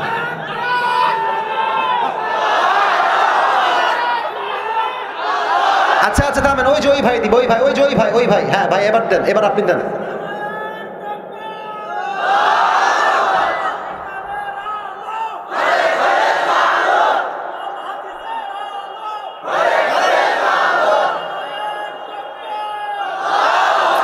আপনার 50 ভাগ কনফার্ম। বসেন। আপনারা সবাই আমার সঙ্গে কাশি দেন একটা। শেষ তাকবীর দেন, লিল্লাহি তাকবীর। 4 নাম্বার হচ্ছে নামাজ। আর বাকি 3টা খুবই শর্টকাটে বলবো, কারণ 1.5 ঘন্টার বেশি আমি কথা বলবো না। জাস্ট 3টা বলছি। একটা কথা আছে না বাংলায়, প্রবাদ বাক্য, যে শেষ ভালো যার সব ভালো তার। আপনাদের শেষটা আসলেই ভালো। এতগুলো মিডিয়ার ভাইরা আছে, সবাই একবার 2টা হাত তোলেন। সবাই সবাই মুরব্বী আব্বাজানরা হাত তোলেন। আমি যা বলি আমাকে বলেন, বলেন সবাই দিল থেকে বলেন। সবাই বলেন হুজুর। আরে মিয়া বাঘের বাচ্চা, আপনার ভয় কেন? বলেন সবাই হুজুর। আমরা ঝিনাইদহের সন্তান, আপনাকে ওয়াদা দিলাম আমরা কেউ দোয়া না করে উঠে যাব না। হাত দেখি নাই। বলেন সবাই উঠে যাব না। বলেন সবাই দিল খুলে ইনশাআল্লাহ। এবার যদি 7টা আমল শেষ না করে কেউ উঠে যায়, আল্লাহর হাবিব বলেছেন লা ঈমান আলা লিমান লা আমান আলা। যার কথা ঠিক নাই তার ঈমানের ঠিক নাই। ঠিক কিনা বলেন? দেখা যাক আর 3টা আমল ধৈর্য নিয়ে কে শুনতে পারে। 5 নম্বর আমল, কেউ যদি আল্লাহ তাআলাকে পেতে চায় সে দুনিয়ামুখী হলে চলবে না, তাকে পরকালমুখী হতে হবে। এবার বলেন তো সবাই, দুনিয়ার জীবন কি বেশি উত্তম না আখিরাতের জীবন বেশি উত্তম? ওয়ালাল আখিরাতু খায়রুল লাকা মিনাল উলা। আল্লাহু আকবার। The life of hereafter is much more better than this worldly life. আল্লাহ তাআলা বলছেন আমি আল্লাহ দুনিয়ার জীবনের চাইতে আখিরাতের জীবনকে হাজার হাজার গুণ বেশি উত্তম বানিয়েছি। সুবহানাল্লাহ পড়েন সবাই। এই দুনিয়ার থেকে পরকালমুখী কারা হবে? যাদের চাহিদা অনেক কম, যাদের বউ আছে তারা দেখবেন সারা জীবন আপনি আপনার বউকে দিয়েই যাবেন, নাও আরো নাও, যা লাগবে সব নাও, আমার জীবনটাও তোমার। দেখবেন বউটা শেষমেশ গিয়ে কি বলবে, তুমি আমাকে জীবনে কি দিলা? এরকম বউ বাংলাদেশের যুবক ভাইরা বড় সবাই আছে না নাই? অনেক বউ স্বামীর কাছে গল্প দেয়, তুমি কি জানো আমার অমুক বান্ধবীর স্বামী তাকে আইফোন 15 প্রো ম্যাক্স গিফট করেছে, তুমি কি শুনেছো? এর দ্বারা গল্প উদ্দেশ্য নয়, উদ্দেশ্য হচ্ছে তুমি আমাকে কবে দিবা। ঠিক কিনা বলে? বিবাহিতর কথা বাদ দিলাম, আজকালকার কিছু মডার্ন মেয়ে দুনিয়ার প্রতি এতটা আসক্ত এবং পরকাল থেকে তারা এতটা গাফলতির মাঝে ডুবে গিয়েছে, কিছু মেয়ের রুচি এতটা নষ্ট হয়ে গিয়েছে, এরা আইফোন 16 প্রো ম্যাক্স পাওয়ার জন্য কক্সবাজার পর্যন্ত চলে যাচ্ছে। অতএব যে আল্লাহকে পেতে চায় সে দুনিয়ামুখী নয়, সে হবে পরকালমুখী বান্দা। যুবক ভাইরা ঠিক কিনা বলো? কান্নাহুম ইয়াওমা ইয়ারাউনাহা লাম ইয়ালবাতু ইল্লা আশিয়াতান আও দুহাহা। আচ্ছা, এখানে 50 প্লাস বয়স, 50-এর উপরে বয়স মুরব্বী আব্বাজান, কে আছেন একটু হাত তুলবেন? 50 প্লাস। এই যে আমার আব্বাজান, কত আপনার বয়স আব্বাজান? 60, 75, বলেন সবাই মারহাবা। আব্বাজান হাত নামান। আচ্ছা আমার দিকে তাকান, আমাকে দেখে মোটামুটি কত বয়স মনে হচ্ছে? 25, 30, 27, 28 এইরকম, তাই না? দেখেন পরকালের জীবনটা কত লম্বা। আমি একটা আয়াত বলবো, জাস্ট রেফারেন্স দিব, শেষ করে দিব। একটা আয়াত বলছি, কান্নাহুম ইয়াওমা ইয়ারাউনাহা লাম ইয়ালবাথু ইল্লা আশিয়াতান আও দুহাহা। 30 নম্বর পারা, সূরাতুন নাজিয়াতের সর্বশেষ আয়াত। আল্লাহ তাআলা বলছেন 80 বছরের মুরব্বী যেই দিন মারা যাবে, 100 বছর যার বয়স, সে যেই দিন মারা যাবে, যখন সে পরকালের জীবনটা শুরু করবে, সে বলবে আল্লাহ পরকালের জীবনটা এত লম্বা মনে হচ্ছে, আমার মনে হচ্ছে পুরো জীবনের 100 বছরের হায়াতটা আজ একটা সকাল কিংবা একটা সন্ধ্যা মনে হচ্ছে। আল্লাহু আকবার। 80 বছরের জীবন পরকালে একটা সন্ধ্যা মনে হবে, একটা সকাল মনে হবে। Could you imagine how much long time it is? কতটা লম্বা সময়। 100 বছরের জীবন পরকালে জাস্ট একটা সকাল কিংবা একটা সন্ধ্যা মনে হবে। আজ যে মুরব্বীগুলো, যে যুবকগুলো, যে পুরুষগুলো পরিবারের জন্য সুদ খাচ্ছেন, ঘুষ খাচ্ছেন, হারাম খাচ্ছেন, মাথায় রাখবেন কেউ আপনাকে পরকালে সহযোগী হবে না। আপনি আপনার পরিবারের জন্য জাহান্নামের বাসিন্দা হয়ে যাবেন, ঠিক কিনা বলেন? 5 নম্বর, যে আল্লাহকে পেতে চায় সে দুনিয়ার প্রতি আসক্ত নয়, পরকালের প্রতি আসক্ত হবে। 5 আর 2টা ইন ভেরি শর্টকাট ওয়ে, সহজে বলছি। 6 নাম্বার, যে আল্লাহকে পেতে চায় তাকে ধৈর্যশীল হতে হবে। আমরা যারা এখানে এসেছি, ঠিক বলতে হবে না, বললেই শুনলেই হবে, আমরা মনে হয় বেশিরভাগই মধ্যবিত্ত পরিবারের সন্তান। আমি আসিফ একবার ওয়াজে বলেছিলাম কোনো একটা জায়গাতে যে মধ্যবিত্ত পরিবারের সন্তান মানেই হচ্ছে এটা ব্র্যান্ড। কেন বলেছিলাম? যে আমাদেরকে, আমি সহ, আমার বাড়িও টিনের বাড়ি, আমি সহ আমাদেরকে আপনি যদি সাইকেল দেন তাও চলবে, বাইক দেন তাও চলবে, কার দেন তাও চলবে, আপনি যদি বলেন হেঁটে হেঁটে আসতে হবে তাও চলবে, আপনি ডাল দিবেন তাও চলবে, সবজি দিবেন তাও চলবে, আলু ভর্তা দিবেন তাও চলবে, গোস্ত দিবেন তাও চলবে, কিছুই দিবেন না, এক ফোঁটা পানি দিবেন, পান্তা ভাত দিবেন, মরিচ দিবেন, তাও আমার চলবে। আমরা মধ্যবিত্ত পরিবারের সন্তান, আমরা বড় ঘরের খেটে খাওয়া ব্রয়লার মুরগি নয়। বড়লোকের ছেলেরা খায় সেই খাওয়া, আর দেখবেন ইয়া বড় বুড়ি আর পেছনে ইয়া বড়। এরা যখন দেখবেন রিকশায় ওঠে, রিকশার চালক বলে ইন্না লিল্লাহি ওয়া ইন্না ইলাইহি রাজিউন।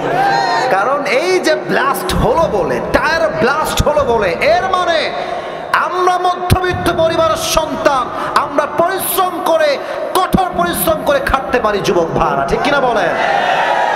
এরা কেন আল্লাহকে পাবে? আল্লাহ বলছেন ইন্নামা ইউওয়াফাস সাবিরুনা আজরাহুম বিগাইরি হিসাব। যাদের ধৈর্য হবে কষ্টে দুঃখে, আল্লাহ বলবে এই জান্নাতি মানুষেরা, আব্দুর রহমান তুমি বের হও, এই আব্দুল্লাহ তুমি বের হও, এই আব্দুল করিম বের হও। আল্লাহ আমরা তো জান্নাতি, আমরা বের হবো কেন এই কাতার থেকে? আল্লাহ বলবে সমস্যা নাই, ওই যে তুমি মধ্যবিত্ত পরিবারের সন্তান ছিলে, চাল নাই, ডাল নাই, ভাত নাই, ব্যবসায় বরকত নাই, চাকরি নাই, আব্বা গরিব, কৃষি কাজ করে, ধানের ক্ষেত কাজ করে, গরিব ছেলে ছিলে তুমি, বাট তুমি বলেছিলে, যখন তোমাকে বলা হলো, আসিফ হুজুর বলল কেমন আছেন, তুমি বলেছিলে আলহামদুলিল্লাহ। যখন তোমাকে কেউ রাস্তায় বললো ভাই কেমন আছেন, তুমি বলেছিলে ভাই আলহামদুলিল্লাহ, আলহামদুলিল্লাহ অনেক ভালো আছি। ওই যে তোমার শুকরিয়া আর ওই যে তোমার ধৈর্য। শোনো, আজ তুমি জান্নাতে যাবা, তবে তোমার কোনো হিসাব হবে না, তুমি বিনা হিসাবেই জান্নাতে চলে যাও। সুবহানাল্লাহ পড়বেন না তো? সে বলো সবাই সুবহানাল্লাহ। অতএব মধ্যবিত্ত পরিবারের সন্তান আমরা, আফসোসের কোনো কারণ নাই, আমরাই আল্লাহর নবীর সঙ্গে প্রথম কাতার জান্নাতে প্রবেশ করবো যুবক ভাইরা, ঠিক কিনা বলো? 6 নাম্বার ধৈর্য। ইয়া আইয়ুহাল্লাযীনা আমানু ইসতাঈনু বিস-সাবরি ওয়াস-সালাহ ওয়া you who believed seek the help of Allah subhanahu wa ta'ala with patience and salah. Innallaha ma'as-sabirin.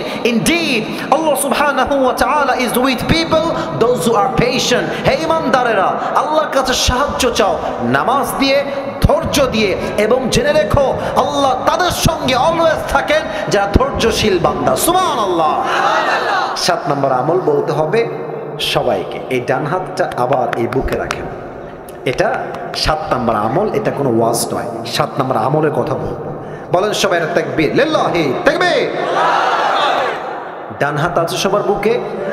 7 number আমল হচ্ছে তাওবা এবং ইস্তেগফার। আমি দুইটাই পাঠ করাচ্ছি, প্রথমে ইস্তেগফার পাঠ করে সবাই বলেন তো একবার দিল থেকে জবান খুলে বলেন সবাই আস্তাগফিরুল্লাহ। অনেকে বলেন নাই, এদিকে ডানে তোমরা অনেকে বলো নাই, বলো সবাই, মুরব্বীরা বলেন সবাই। এটা মনে করেন আপনি দিল থেকে বলছেন যে আল্লাহ আমি সত্যিই তোমার কাছে মাফ চাই। আস্তাগফিরুল্লাহ মানে কি? আমি ক্ষমা চাই, আল্লাহ আমার ভুল হয়েছে, আমি ক্ষমা চাই। তবে দিল থেকে বলেন, বলেন সবাই আস্তাগফিরুল্লাহ, আস্তাগফিরুল্লাহ। আর একটা ছোট্ট দোয়া শিখাই দিই, কাজে আসবে, একদম ভেরি শর্টকাট, এত ছোট দোয়া হয়ই না। বলেন সবাই আল্লাহুম্মা গফিরলি, অর্থ সিমিলার, সমান সমান, আল্লাহ আমি তোমার কাছে ক্ষমা চাই। বলেন সবাই আরেকবার আল্লাহুম্মা গফিরলি। এবার আসেন আমরা তওবা করি। কেমনে করবেন আমি জাস্ট বাংলা বলছি, আপনার বাংলা বললেই হবে, আমাকে বললে হবে না, এটা আল্লাহকে বলতে হবে। বলেন তো সবাই আল্লাহকে ডাক দিয়ে বলেন সবাই আল্লাহ। জিনায়দ ভাইরা কলিজার থেকে আল্লাহকে ডাকেন, দিল থেকে হৃদয় থেকে অনুধাবন করে ফিল করে অনুভব করে রবকে সবচেয়ে কাছের বন্ধু ভেবে বলেন তো সবাই আল্লাহকে আল্লাহ আমি। বলেন সবাই আমি দিল থেকে আজ আমার গুনাহের জন্য তওবা করলাম। ও আল্লাহ তুমি আমার জীবনের সব গুনাহ মাফ করে দাও। দিল থেকে বলেন সবাই মাফ করে দাও। এবার সবাই দিল থেকে বলেন আমি। 2 নাম্বার তওবা এখনই শেষ হবে, এই সেকেন্ড বাক্যে এসে বলেন সবাই আল্লাহ আমি তোমাকে ওয়াদা দিলাম, আমি যেই গুনাহ অতীতে ভুলে করে ফেলেছি আমি আগামী ভবিষ্যতে কখনো সেই গুনাহ আর কখনো। শেষ বাক্য একটু দিল থেকে বলবেন, আবারও বলছি কখনো করব না। বলেন সবাই 2 হাত তুলে ইনশাআল্লাহ।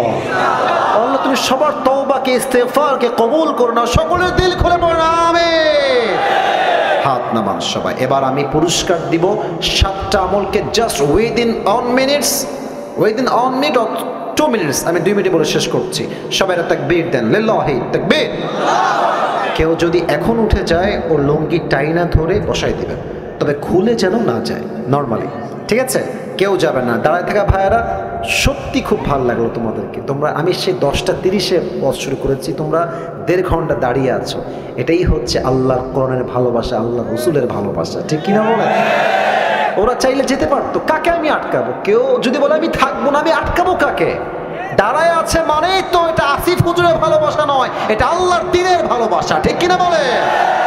7টা আমল আমি 1 মিনিটে বলছি বা 2 মিনিটে। যে পেতে চাও পুরস্কারটা একটু মুখস্থ করে নাও। 1 নাম্বার আমল যে আল্লাহকে পেতে চায় আত্মার পরিশুদ্ধি লাগবে। এই আত্মা হচ্ছে মোট 3 প্রকার। 1 হচ্ছে সুস্থ, 2 হচ্ছে অসুস্থ, 3 হচ্ছে মৃত। সুস্থকে যার অন্তরে হিংসা নাই বিদ্বেষ নাই সে হচ্ছে সুস্থ আত্মার অধিকারী। অসুস্থকে বুঝবেন ভালো কাজও ভালো লাগে, খারাপ কাজও ভালো লাগে। এর আত্মা কি সুস্থ না অসুস্থ? 3 মৃত আত্মা। এরা কারা? এদের কান আছে শোনে না, চোখ আছে দেখে না, হৃদয় আছে ভাবে না। এদের চরিত্র কেমন, তাদের মান কেমন? আল্লাহ বলছেন এরা হচ্ছে কুকুরের চাইতে খারাপ। আমি বলবো এই যুবক বলো তো আল্লাহ কুকুরের চাইতে খারাপ কেন বললেন? বলবেন হুজুর কুকুর তো একটা পারুটে পেয়ে মালিককে চিনতে ভুল করে নাই, আর মানুষকে আল্লাহ এত নিয়ামত দিয়েছে, মানুষ তার মালিককে চিনতে পারে নাই, এই মানুষ কুকুরের চাইতে বেশি খারাপ হয়ে গিয়েছে, ঠিক কিনা বলেন? 1 নাম্বার আত্মার পরিশুদ্ধি। 2 নাম্বার যে আল্লাহকে পেতে চায় তার কি লাগবে? নবীর ভালোবাসা। বলেন সবাই কার ভালোবাসা? 3 নাম্বার যেই বান্দা আল্লাহকে পেতে চায় তার জীবনে আব্বা আম্মার দোয়ার দরকার। বলেন সবাই আছে না নাই? 4 নাম্বার, যেই বান্দা আল্লাহকে পেতে চায় তার জীবনে নামাজের দরকার। সবাই বলেন আছে না নাই? এবার বলেন তো, নামাজের কথা বলতে গিয়ে একটা হাদিস বলেছিলাম in a very shortcut way. Omar Farooq যখন মারা যাবেন শেষ মুহূর্তে, উনি বলেছিলেন যে তোমরা আমার ধন সম্পত্তি, সন্তান সন্ততি, বউ সহ সবাইকে দেখে রেখো। ইয়েস নাকি নো? ইয়েস নাকি নো? শেষ কথা। আসল্লান নাস, আমি যে নামাজের ইমাম ছিলাম, আগে এটা বলো। সন্তান বা বউ বা আগে বলো, আমি যেই নামাজের ইমাম ছিলাম আমার পরে অজ্ঞান হওয়ার পরে এই নামাজটা জামাতে আদায় হয়েছে কিনা। সুবহানাল্লাহ পড়েন সবাই। গোলাম সাল্লাল্লাহু আলাইহি বলেছেন না যে নামাজ নাই যার ঈমান নাই তার। অতএব আল্লাহকে পেতে চাইলে 4 নম্বরে কি লাগবে? নামাজ। বলেন সবাই কি লাগবে? 5। যেই বান্দা আল্লাহকে পেতে চায় তার জীবনে কি লাগবে বলেন তো সবাই? নামাজ তো বললাম 4 নাম্বার। 5 নাম্বারে কি হবে? হ্যাঁ, পরকালমুখী। বলেন সবাই কি মুখী? ওই সময় বলেছিলাম পরকালমুখী হবেন কেমনে? চাহিদা বাড়াবেন না কমাবেন? বাড়াবেন না কমাবেন? যার চাহিদা যত কম সে ততই সুখী, তাই না? আপনি দেখবেন যে বড় লোকদের বাড়িতে, আমি যে ফ্ল্যাটে থাকি, টু বি অনেস্ট, মানে আমি আমার বাসার টিনের, এটা সত্য, আমার আব্বা আম্মা ওখানে থাকে, আমিও থাকি, আবার ফ্ল্যাটেও আমি থাকি। আমি যে ফ্ল্যাটে থাকি খুবই ভিআইপি। আমার যিনি মালিক, মানে ফ্ল্যাটের যিনি মালিক, উনি থাকেন 2nd ফ্লোরে। ভিতরে কি যে ভিআইপি, আপনি দেখলে অবাক হয়ে যাবেন। বাট অবাক করার বিষয় হচ্ছে বড় লোকদের বাসা এত ভিআইপি, এত টাকা ব্যাংকে গুনতেই পারে না।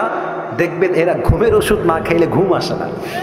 আর রিক্সা চালায়, দেখবেন রিক্সার সিটে রাখে নিতম্ব আর মাথা এমনি দিয়ে ওখানেই ঘুম। ওর কোনো ওষুধ লাগে না, কারণ কি ওর চাহিদা কম, শান্তি বেশি। ঠিক কিনা বলে? তাহলে 5 নাম্বার, দুনিয়ামুখী না পরকালমুখী?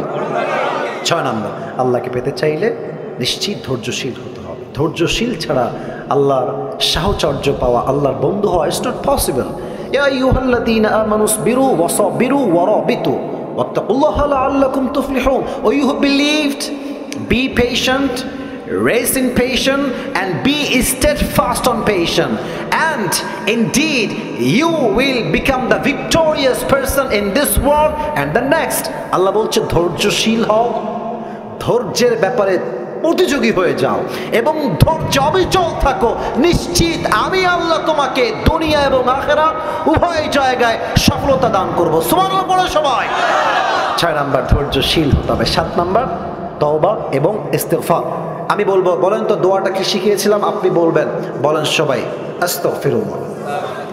দিল থেকে বলেন সবাই আস্তাগফিরুল্লাহ। শেষ দোয়া সবাই বলেন আল্লাহুম্মা গফিরলি। আবার বলেন আল্লাহুম্মা গফিরলি। এই 7টা আমল যেই বান্দা করবে তাকে সবচেয়ে কাছের বান্দা বানায় নিবে একজন। আওয়াজ দিয়ে বলেন সবাই, তিনি কে? 7টা আমল আমাকে বলতে পারবা, 3বার সুযোগ পাবা। বেঁধে গেলে 3বার বলে দিব। কে আছো? বাঘের বাচ্চা দাঁড়িয়ে যাও।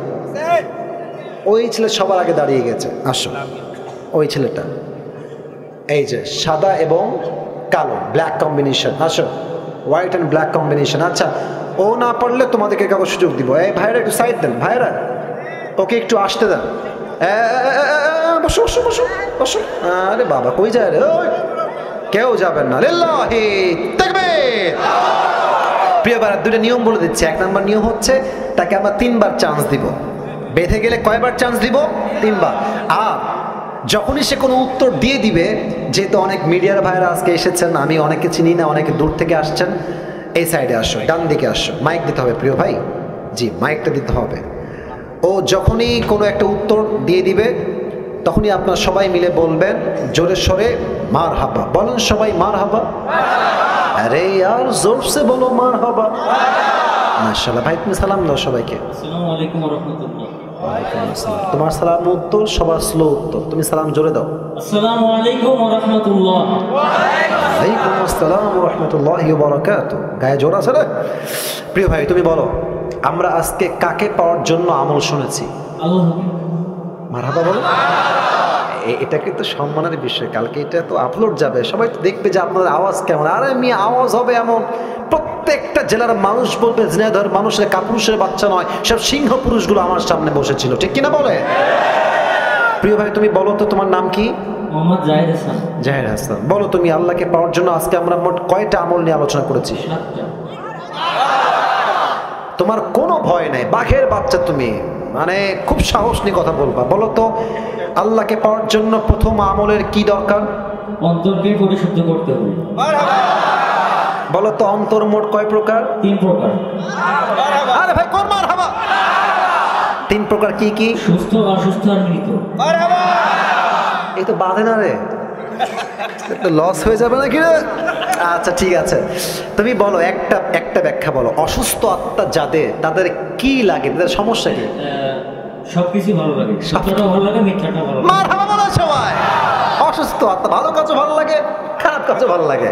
হয়ে গেছে, 1 নম্বর তুমি পাস, 100-তে 100 পেয়ে যাও। এবার বলো আল্লাহকে পাওয়ার জন্য 2 নম্বর আমলটা কি ছিল? নবীজিকে ভালোবাসতে হবে। ভাবসাব খুবই খারাপ। তুমি বলো তো একটা কথা আউট অফ সিলেবাস, এটা আউট অফ সিলেবাস কোয়েশ্চেন। মনে করো আমার দাঁড়িয়ে আছে, কোনো মেয়ে বললো একে বিয়ে করবো না, আমার চিন্তা কি হবে? তাকে আমি বলবো যে যার দাঁড়িয়ে আছে সে অবশ্যই হ্যাঁ হ্যাঁ পারবে পারবে পারবে। আল্লাহ পাক রব্বুল আলামিনের আসল গোলাম, অথবা তিনি আল্লাহকে ভয় করেন। হ্যাঁ বলো সবাই মারহাবা। মানে তুমি বিয়ে করবে না তো কি হয়েছে? আমি আল্লাহর গোলাম, আমি আল্লাহর গোলাম হিসেবে বলছি, যে বিয়ে করতে চায় না সে আমার বউ হওয়ার যোগ্যতা রাখে না, ঠিক কিনা বলেন? আল্লাহ রসুলের ভালোবাসার 2 নাম্বার। 3 নাম্বার আমল কি ছিল? বাবা মাকে ভালোবাসতে হবে। আরে বলুন সবাই মারহাবা। 4 নাম্বার আমল কি ছিল? নামাজ, 5 ওয়াক্ত নামাজ জামাতের সাথে আদায় করতে হবে। আচ্ছা বলো তো ওমর ফারুক তার জীবনের শেষ মুহূর্তে ওই সাহাবীকে কি বলেছিল? তিনি বলেছিলেন, আমি যে জামাতের ইমাম হিসেবে জামাত পড়াছিলাম, সেই নামাজ জামাতের সহিত আদায় হয়েছে কিনা। আল্লাহু আকবার। জেনারেল ব্যাকগ্রাউন্ডের ছেলেও কিন্তু আলেম না, একদম সাধারণ ছেলে। বলো সবাই দিল খুলে মারহাবা। আচ্ছা নামাজ নিয়ে শেষ, 5 নাম্বার আমল কি লাগবে? পরকালমুখী হতে হবে। শোনেন, ও ভয় পাচ্ছে, আমি দেখতে পাচ্ছি ওর হাত। না না, এটা কোনো বিগ ডিল না। আসলে কি জানেন, এতগুলো ক্যামেরা, এই মুরব্বীরা স্যাররা বসে আছে, আমি আছি, এতগুলো মানুষ সামনে, ও যে দাঁড়িয়েছে এটাই প্রমাণ সে বীর পুরুষের সন্তান, ঠিক কিনা বলে? 5 নাম্বার পরকালমুখী। শেষ 6 নাম্বার আমলটা কি? ধৈর্যশীল হতে হবে। আমি নাকি 3 বার চান্স দিব, তো একবারও নিল না ভাই। আচ্ছা আমি তো বোকা সেজে গেলাম। আচ্ছা এবার তুমি 7 নাম্বার আমলটা, 2টা দোয়া খুবই সংক্ষেপ শব্দে শিখিয়েছি, দোয়াগুলো বলতে পারবা? আস্তাগফিরুল্লাহ, আর একটা হচ্ছে আল্লাহুম্মা গফিরলি। আরে মারহাবা, আল্লাহু আকবার। দিল খুলে তাকবীর দেন, লিল্লাহি তাকবীর। একটাও বাধা নাই। দেখেন ও কিন্তু সিরিয়াল কোনো নড়চড় করে নাই। মানে আমি যেমনি যেমনি সিরিয়াল মেনটেন করেছি, আমি আগে দেখি নাই এটা। আমি এই ওয়াজটা আরো কয়েক জায়গায় করেছিলাম, অনেক আগে করেছি, এই মাসে খুবই কম করেছি। বাট আমি দেখেছি যারা বলেছে উল্টা পাল্টা সিরিয়াল, কিন্তু ও আমি যে সিরিয়াল মেনটেন করেছি তাতেই বলেছে, এটাই প্রমাণ ওর ব্রেইন ভালো। যুবক ভাড়া ঠিক আছে না? আমি দোয়া করি আল্লাহ তাআলা ওকে দিনের একজন দায়ী হিসেবে কবুল করুন। সকলে পড়া আমিন। তুমি কোথায় পড়াশোনা করো? কাজিরহাট মাধ্যমিক বিদ্যালয়। মাধ্যমিক বিদ্যালয়। কিসে পড়ো তুমি? ক্লাস 10-এ পড়ো। তোমার বাসা কি এখানে? মাগুরা জেলায়। মাগুরা জেলায় তোমার বাসা। আল্লাহকে কবুল করুক। সকলে মন খুলে পড়ো না আমিন। আসো তুমি আসো। মাশাআল্লাহ মাশাআল্লাহ। টুপিটা আর মাথা একটু বড় আছে, তবে হয়ে যাবে। মাশাআল্লাহ। টুপি তোমার চুল কেটে নিও। বলো সবাই মারহাবা। আল্লাহকে কবুল করুন। সকলে পড়ো না আমিন। বসো, তুমি এখানে বসো, নিচে বসে যাও, এখানে বসে যাও। ঠিক আছে ভাই, বসে পড়ো বসে পড়ো বসে পড়ো। আমার কলিজাটা ঠান্ডা হয়ে গেল যে আমি এত ভালো অডিয়েন্স পেয়েছি যে পুরো ওয়াজ এক চান্সে মুখস্থ বলে দিয়েছে। আল্লাহ তাআলা সবাইকে যেন কবুল করে নেয়। সকলে মন খুলে পড়ো না আমিন। এখন একটা আবদার হচ্ছে, যারা বসে আছেন ওই ল্যাটা মেরে না বসে একটু যদি আদবের সঙ্গে আত্তাহিয়াতুস সুরতে বসতেন খুবই ভালো হতো। এই তো মাশাআল্লাহ বসা শুরু হয়ে গেছে। আর যারা দাঁড়িয়ে আছেন কলজার ভাইরা, দোয়া হবে তো 3 মিনিটের জন্য, শুধু দোয়ার জন্য বসে পড়লে ভালো হবে। এই তো বসে গেছে, এই তো ভদ্র জিনাদার মানুষ ভাইরা মাশাআল্লাহ, সে দোয়ার জন্য বসেন। দোয়ার পরে আমরা বিদায় নিব, দোয়ার পরে কোনো কাজ নাই। এই তো বসে গেছে মাশাআল্লাহ, বসে পড়েন আপনারা। এই তো এরা এমনি বসে গেছে ভদ্র, শুধু দোয়ার জন্য, শুধু দোয়ার জন্য। সবাই তাকবীর দেন, লিল্লাহি তাকবীর। আল্লাহ তাআলা এই মাহফিলকে যেন আল্লাহ সন্তুষ্টির ওয়াসিলা হিসেবে কবুল এবং মঞ্জুর করে পড়েন আমিন। আমি আসিফ, প্রায় 1 ঘন্টা 40 মিনিট পার হয়ে গেছে। আমি অথবা কথায় ভুল হতে পারে, ত্রুটি হতে পারে। আল্লাহ ভুল ত্রুটি ক্ষমা করে দিয়ে সবাইকে সঠিক কথা অনুযায়ী আমল করার তৌফিক দান করুন পড়েন আমিন। দুরূদ শরীফ পড়বেন একবার। আল্লাহুম্মা সাল্লি আলা মুহাম্মাদ ওয়া আলা আলি মুহাম্মাদ কামা সাল্লাইতা আলা ইব্রাহিম ওয়া আলা আলি ইব্রাহিম ইন্নাকা হামিদুম মাজিদ। দোয়ার সময় কেউ সেলফি তুলতে আসবেন না। ক্যামেরা ভ্যান ভাইরা ক্যামেরা ক্লোজ করে ফেলেন। দোয়ার সময় কেউ সেলফি তুলতে আসবেন না।